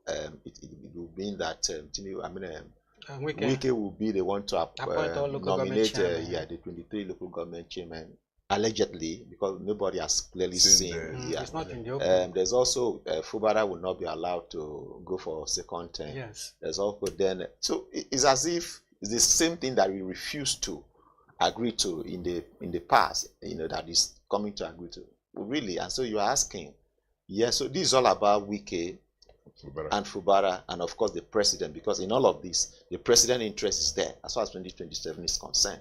So the question now is, what is in it for the River State people? So what we are seeing here is a case of Alibaba and 10 thieves. You see, the interest of the people is not even being discussed. Fubara say he pays to no sacrifice is no too sacrifice is too much for the people. There is no sacrifice. Look at what the people have gone through. In the first place, what brought us or brought Rivers to the point it is today is because of selfishness. Yeah. At the point, Wike and Fubara struck the deal to feed Fubara as the governor. I'm not sure that many people in the Rivers were comfortable with it at that point, because they felt at that time that Wike was using Fubara to hide his whatever wealth he must have amassed from the state coffers. Then came Fubara as the governor. Every one of politicians is not being truthful when he or she is telling you that they are working in the interest of God. Somebody defined politics as a gathering of people that are pretending to provide governance, but for selfish reasons, selfish interest. That selfish interest is why we were somewhere yesterday. Some of the editors were saying, if they were in Fubara's shoes, they would not go into this kind of agreement he went into at the weekend. A situation where, as a governor, you don't have the power. Someone will be appointed. So, like you noted in your introductory remarks, you said, why was he kicking in the first place? He should have done all this from the very beginning. But again, people should not continue to play God. The former governor is playing God to this stream. And people should also know that it is only God, the Almighty, that has the last say. But what is happening in River State is absurd. And it's a slap on the faces of Nigerians that this kind of thing should be happening in the 23rd century of the country. So I condemn what is happening. It's not agreement. It's not a reconciliation in the interest of the people of Rivers. It's a reconciliation in the interest of the politicians. Yes. Let them continue plundering the place. That is all that I want to say there. There is nothing going on. And as Fubara comes in there, they continue what they know how to do. I think democracy, they say, is the government of the people, by the people, for the people, and by the people. So, what is playing out in Rivers State, can we really call this democracy for the people? Because you know why I'm asking this question is because we saw the president, suspending a democratically elected governor, and of course a democratically elected State House of Assembly, and appointing a sole administrator. Of course, the president has the power to appoint a sole administrator according to as the powers given to him by the Constitution, section 305. But as to whether the president can suspend a democratically elected governor has been the issue in contention. But here's where I'm going. The 11 PDP governors actually went to the Supreme Court to challenge that suspension. But we've seen, I don't know, a delay, so to say, and that case has not come up until this issue now has been resolved, so to say. Are we really practicing democracy, Mr. Roku? Is there democracy as it were in what Rivers is State? happening in Rivers can be likened to what you see in the theater of the absurd. In a theater where just stupid people are busy entertaining their audience, and they are clapping, laughing, or as the case may be. But in this case, it's a very serious matter. Serious in the sense that when you talk about democracy without the people, it's no longer democracy. Because one had expected that if you are reconciling contending people who are in disagreement over the governance of a state, there are stakeholders in that state that should be there, that should be part of the reconciliation. That reconciliation should have involved political leaders in the River State.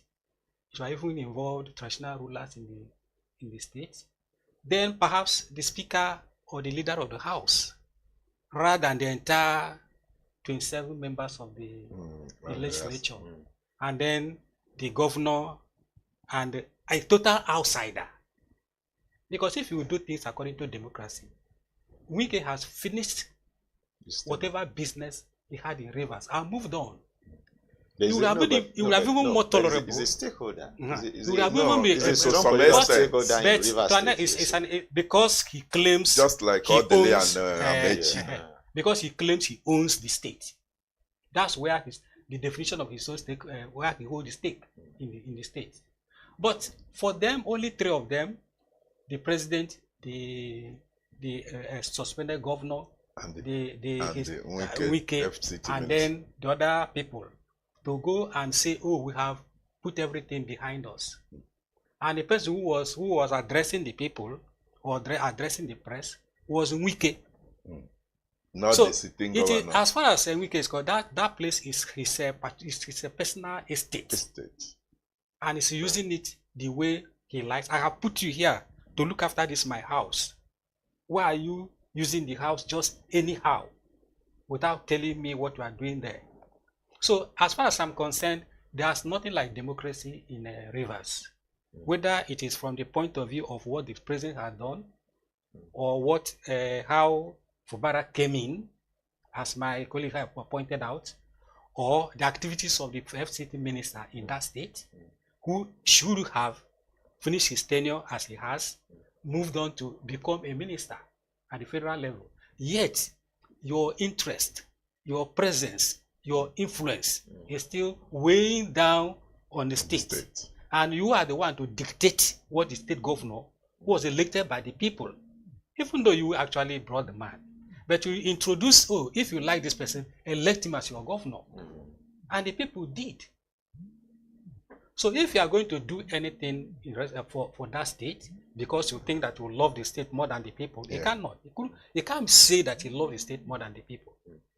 So the people of River State are the big losers in the whole of this equation, because whatever Fubara tells them that no sacrifice is too much to to make in order to have peace in rivers. What peace? What a fragile peace. What a peace without foundation. He can do something tomorrow again, and we will take offense. And the president might still come back and wear the big stick. Yes. So, but if the people were involved in that negotiation, that settlement, then it becomes something more dependable, something more solid. And then people can now say, oh, we actually have peace in the rivers. Okay, I wanted to ask you, just to add to what you want to say, do you see the people of Rivers State rising against, because as it is today, we don't know what anybody's thinking. Because in 2027, whether it is PDP that will take over, whether the people will decide to go with the PDP, which has been the party, the dominant party in the Rivers State, has been a dominant party since 1999. Yeah. Whether you see the people because of maybe feel aggrieved and then move to another party, I don't know. What's your reading? You see, before I answer, what they have done is that they have succeeded cowing the governor. If they bring him back, he will be operating from the standpoint of fear. He will not be taking the right decisions. Radical decisions. Practical decisions. If he wants to do something, he will be mindful and say, what am I going to do? Now, that is where the people come in. What are they going to get in a situation, in such a situation? Because the governor is no longer himself. All the projects he was doing at that time, without anybody, without looking over his shoulder, this time, no project. He will just be minded, of course, he had been told there's no second term for him. What he'll be Yeah. What he'll be mindful of is just to see how much he can make for himself. Okay, going by the nature of the governors or the political office holders we have in Nigeria. What he will be concerned with is about just seeing what he can get for himself. So the people's future, the people's progress, the people's interests have been mortgaged. If you listen to Nkyo, you know Nkyo, the human rights activist there. The woman is livid with anger. Each time she speaks about the goings on in rivers, she speaks with bile. No human being with very good conscience will tell you that what is happening in rivers is a very good thing. So the rapprochement, so to say, is not in the interest of the people. Let me restate. The people are just going to fold their arms and be watching because it's a state that has been conquered. And now the federal government under APC is bent on taking over the that place by crook or hooks. So there is no point anybody debating it because it's a foregone thing. It's a sacrosanct. That state has gone. Of course, in a situation, in a place where elections do not go by what people decide, go by the decision of the people at the ballot. It depends on how many talks did you mobilize the level of to carry ballot boxes and all that. The violence you can unleash on the people. This is what determines who wins the election in the country at the moment, unfortunately. And we are talking about electoral act reform. I was asking, who are the people reforming electoral act? So there is no reformation as long as the people who are beneficiaries of this fraud, the mafias, are the people in charge. What are they reforming?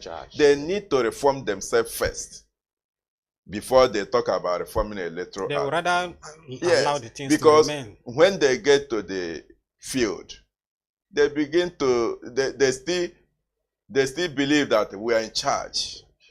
They will not give the people the opportunity to exercise their franchise and pick whoever they want to lead them. They will impose themselves and get the victory at the poll. All right.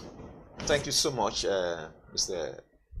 Zeb and Mr. Uruku for a very insightful, discussion. I think just as we want to wrap, I want to believe that with the reconciliation, that the people of Rivers State will now see maybe some level of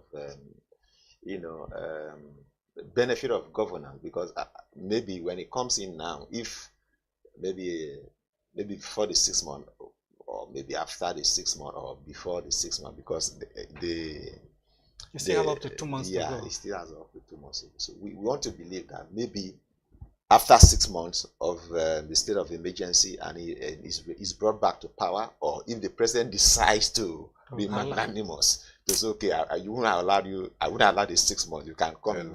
We want to believe that the people of Rivers State will begin to see some level of governance in Rivers, because actually Rivers State has suffered.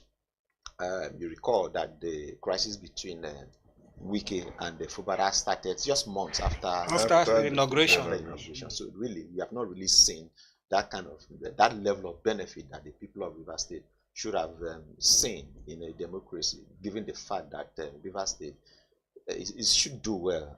It's an oil producing state, and the money they have, they should be able to impact life. Because for us, it's about impacting the people. That's what governance is all about.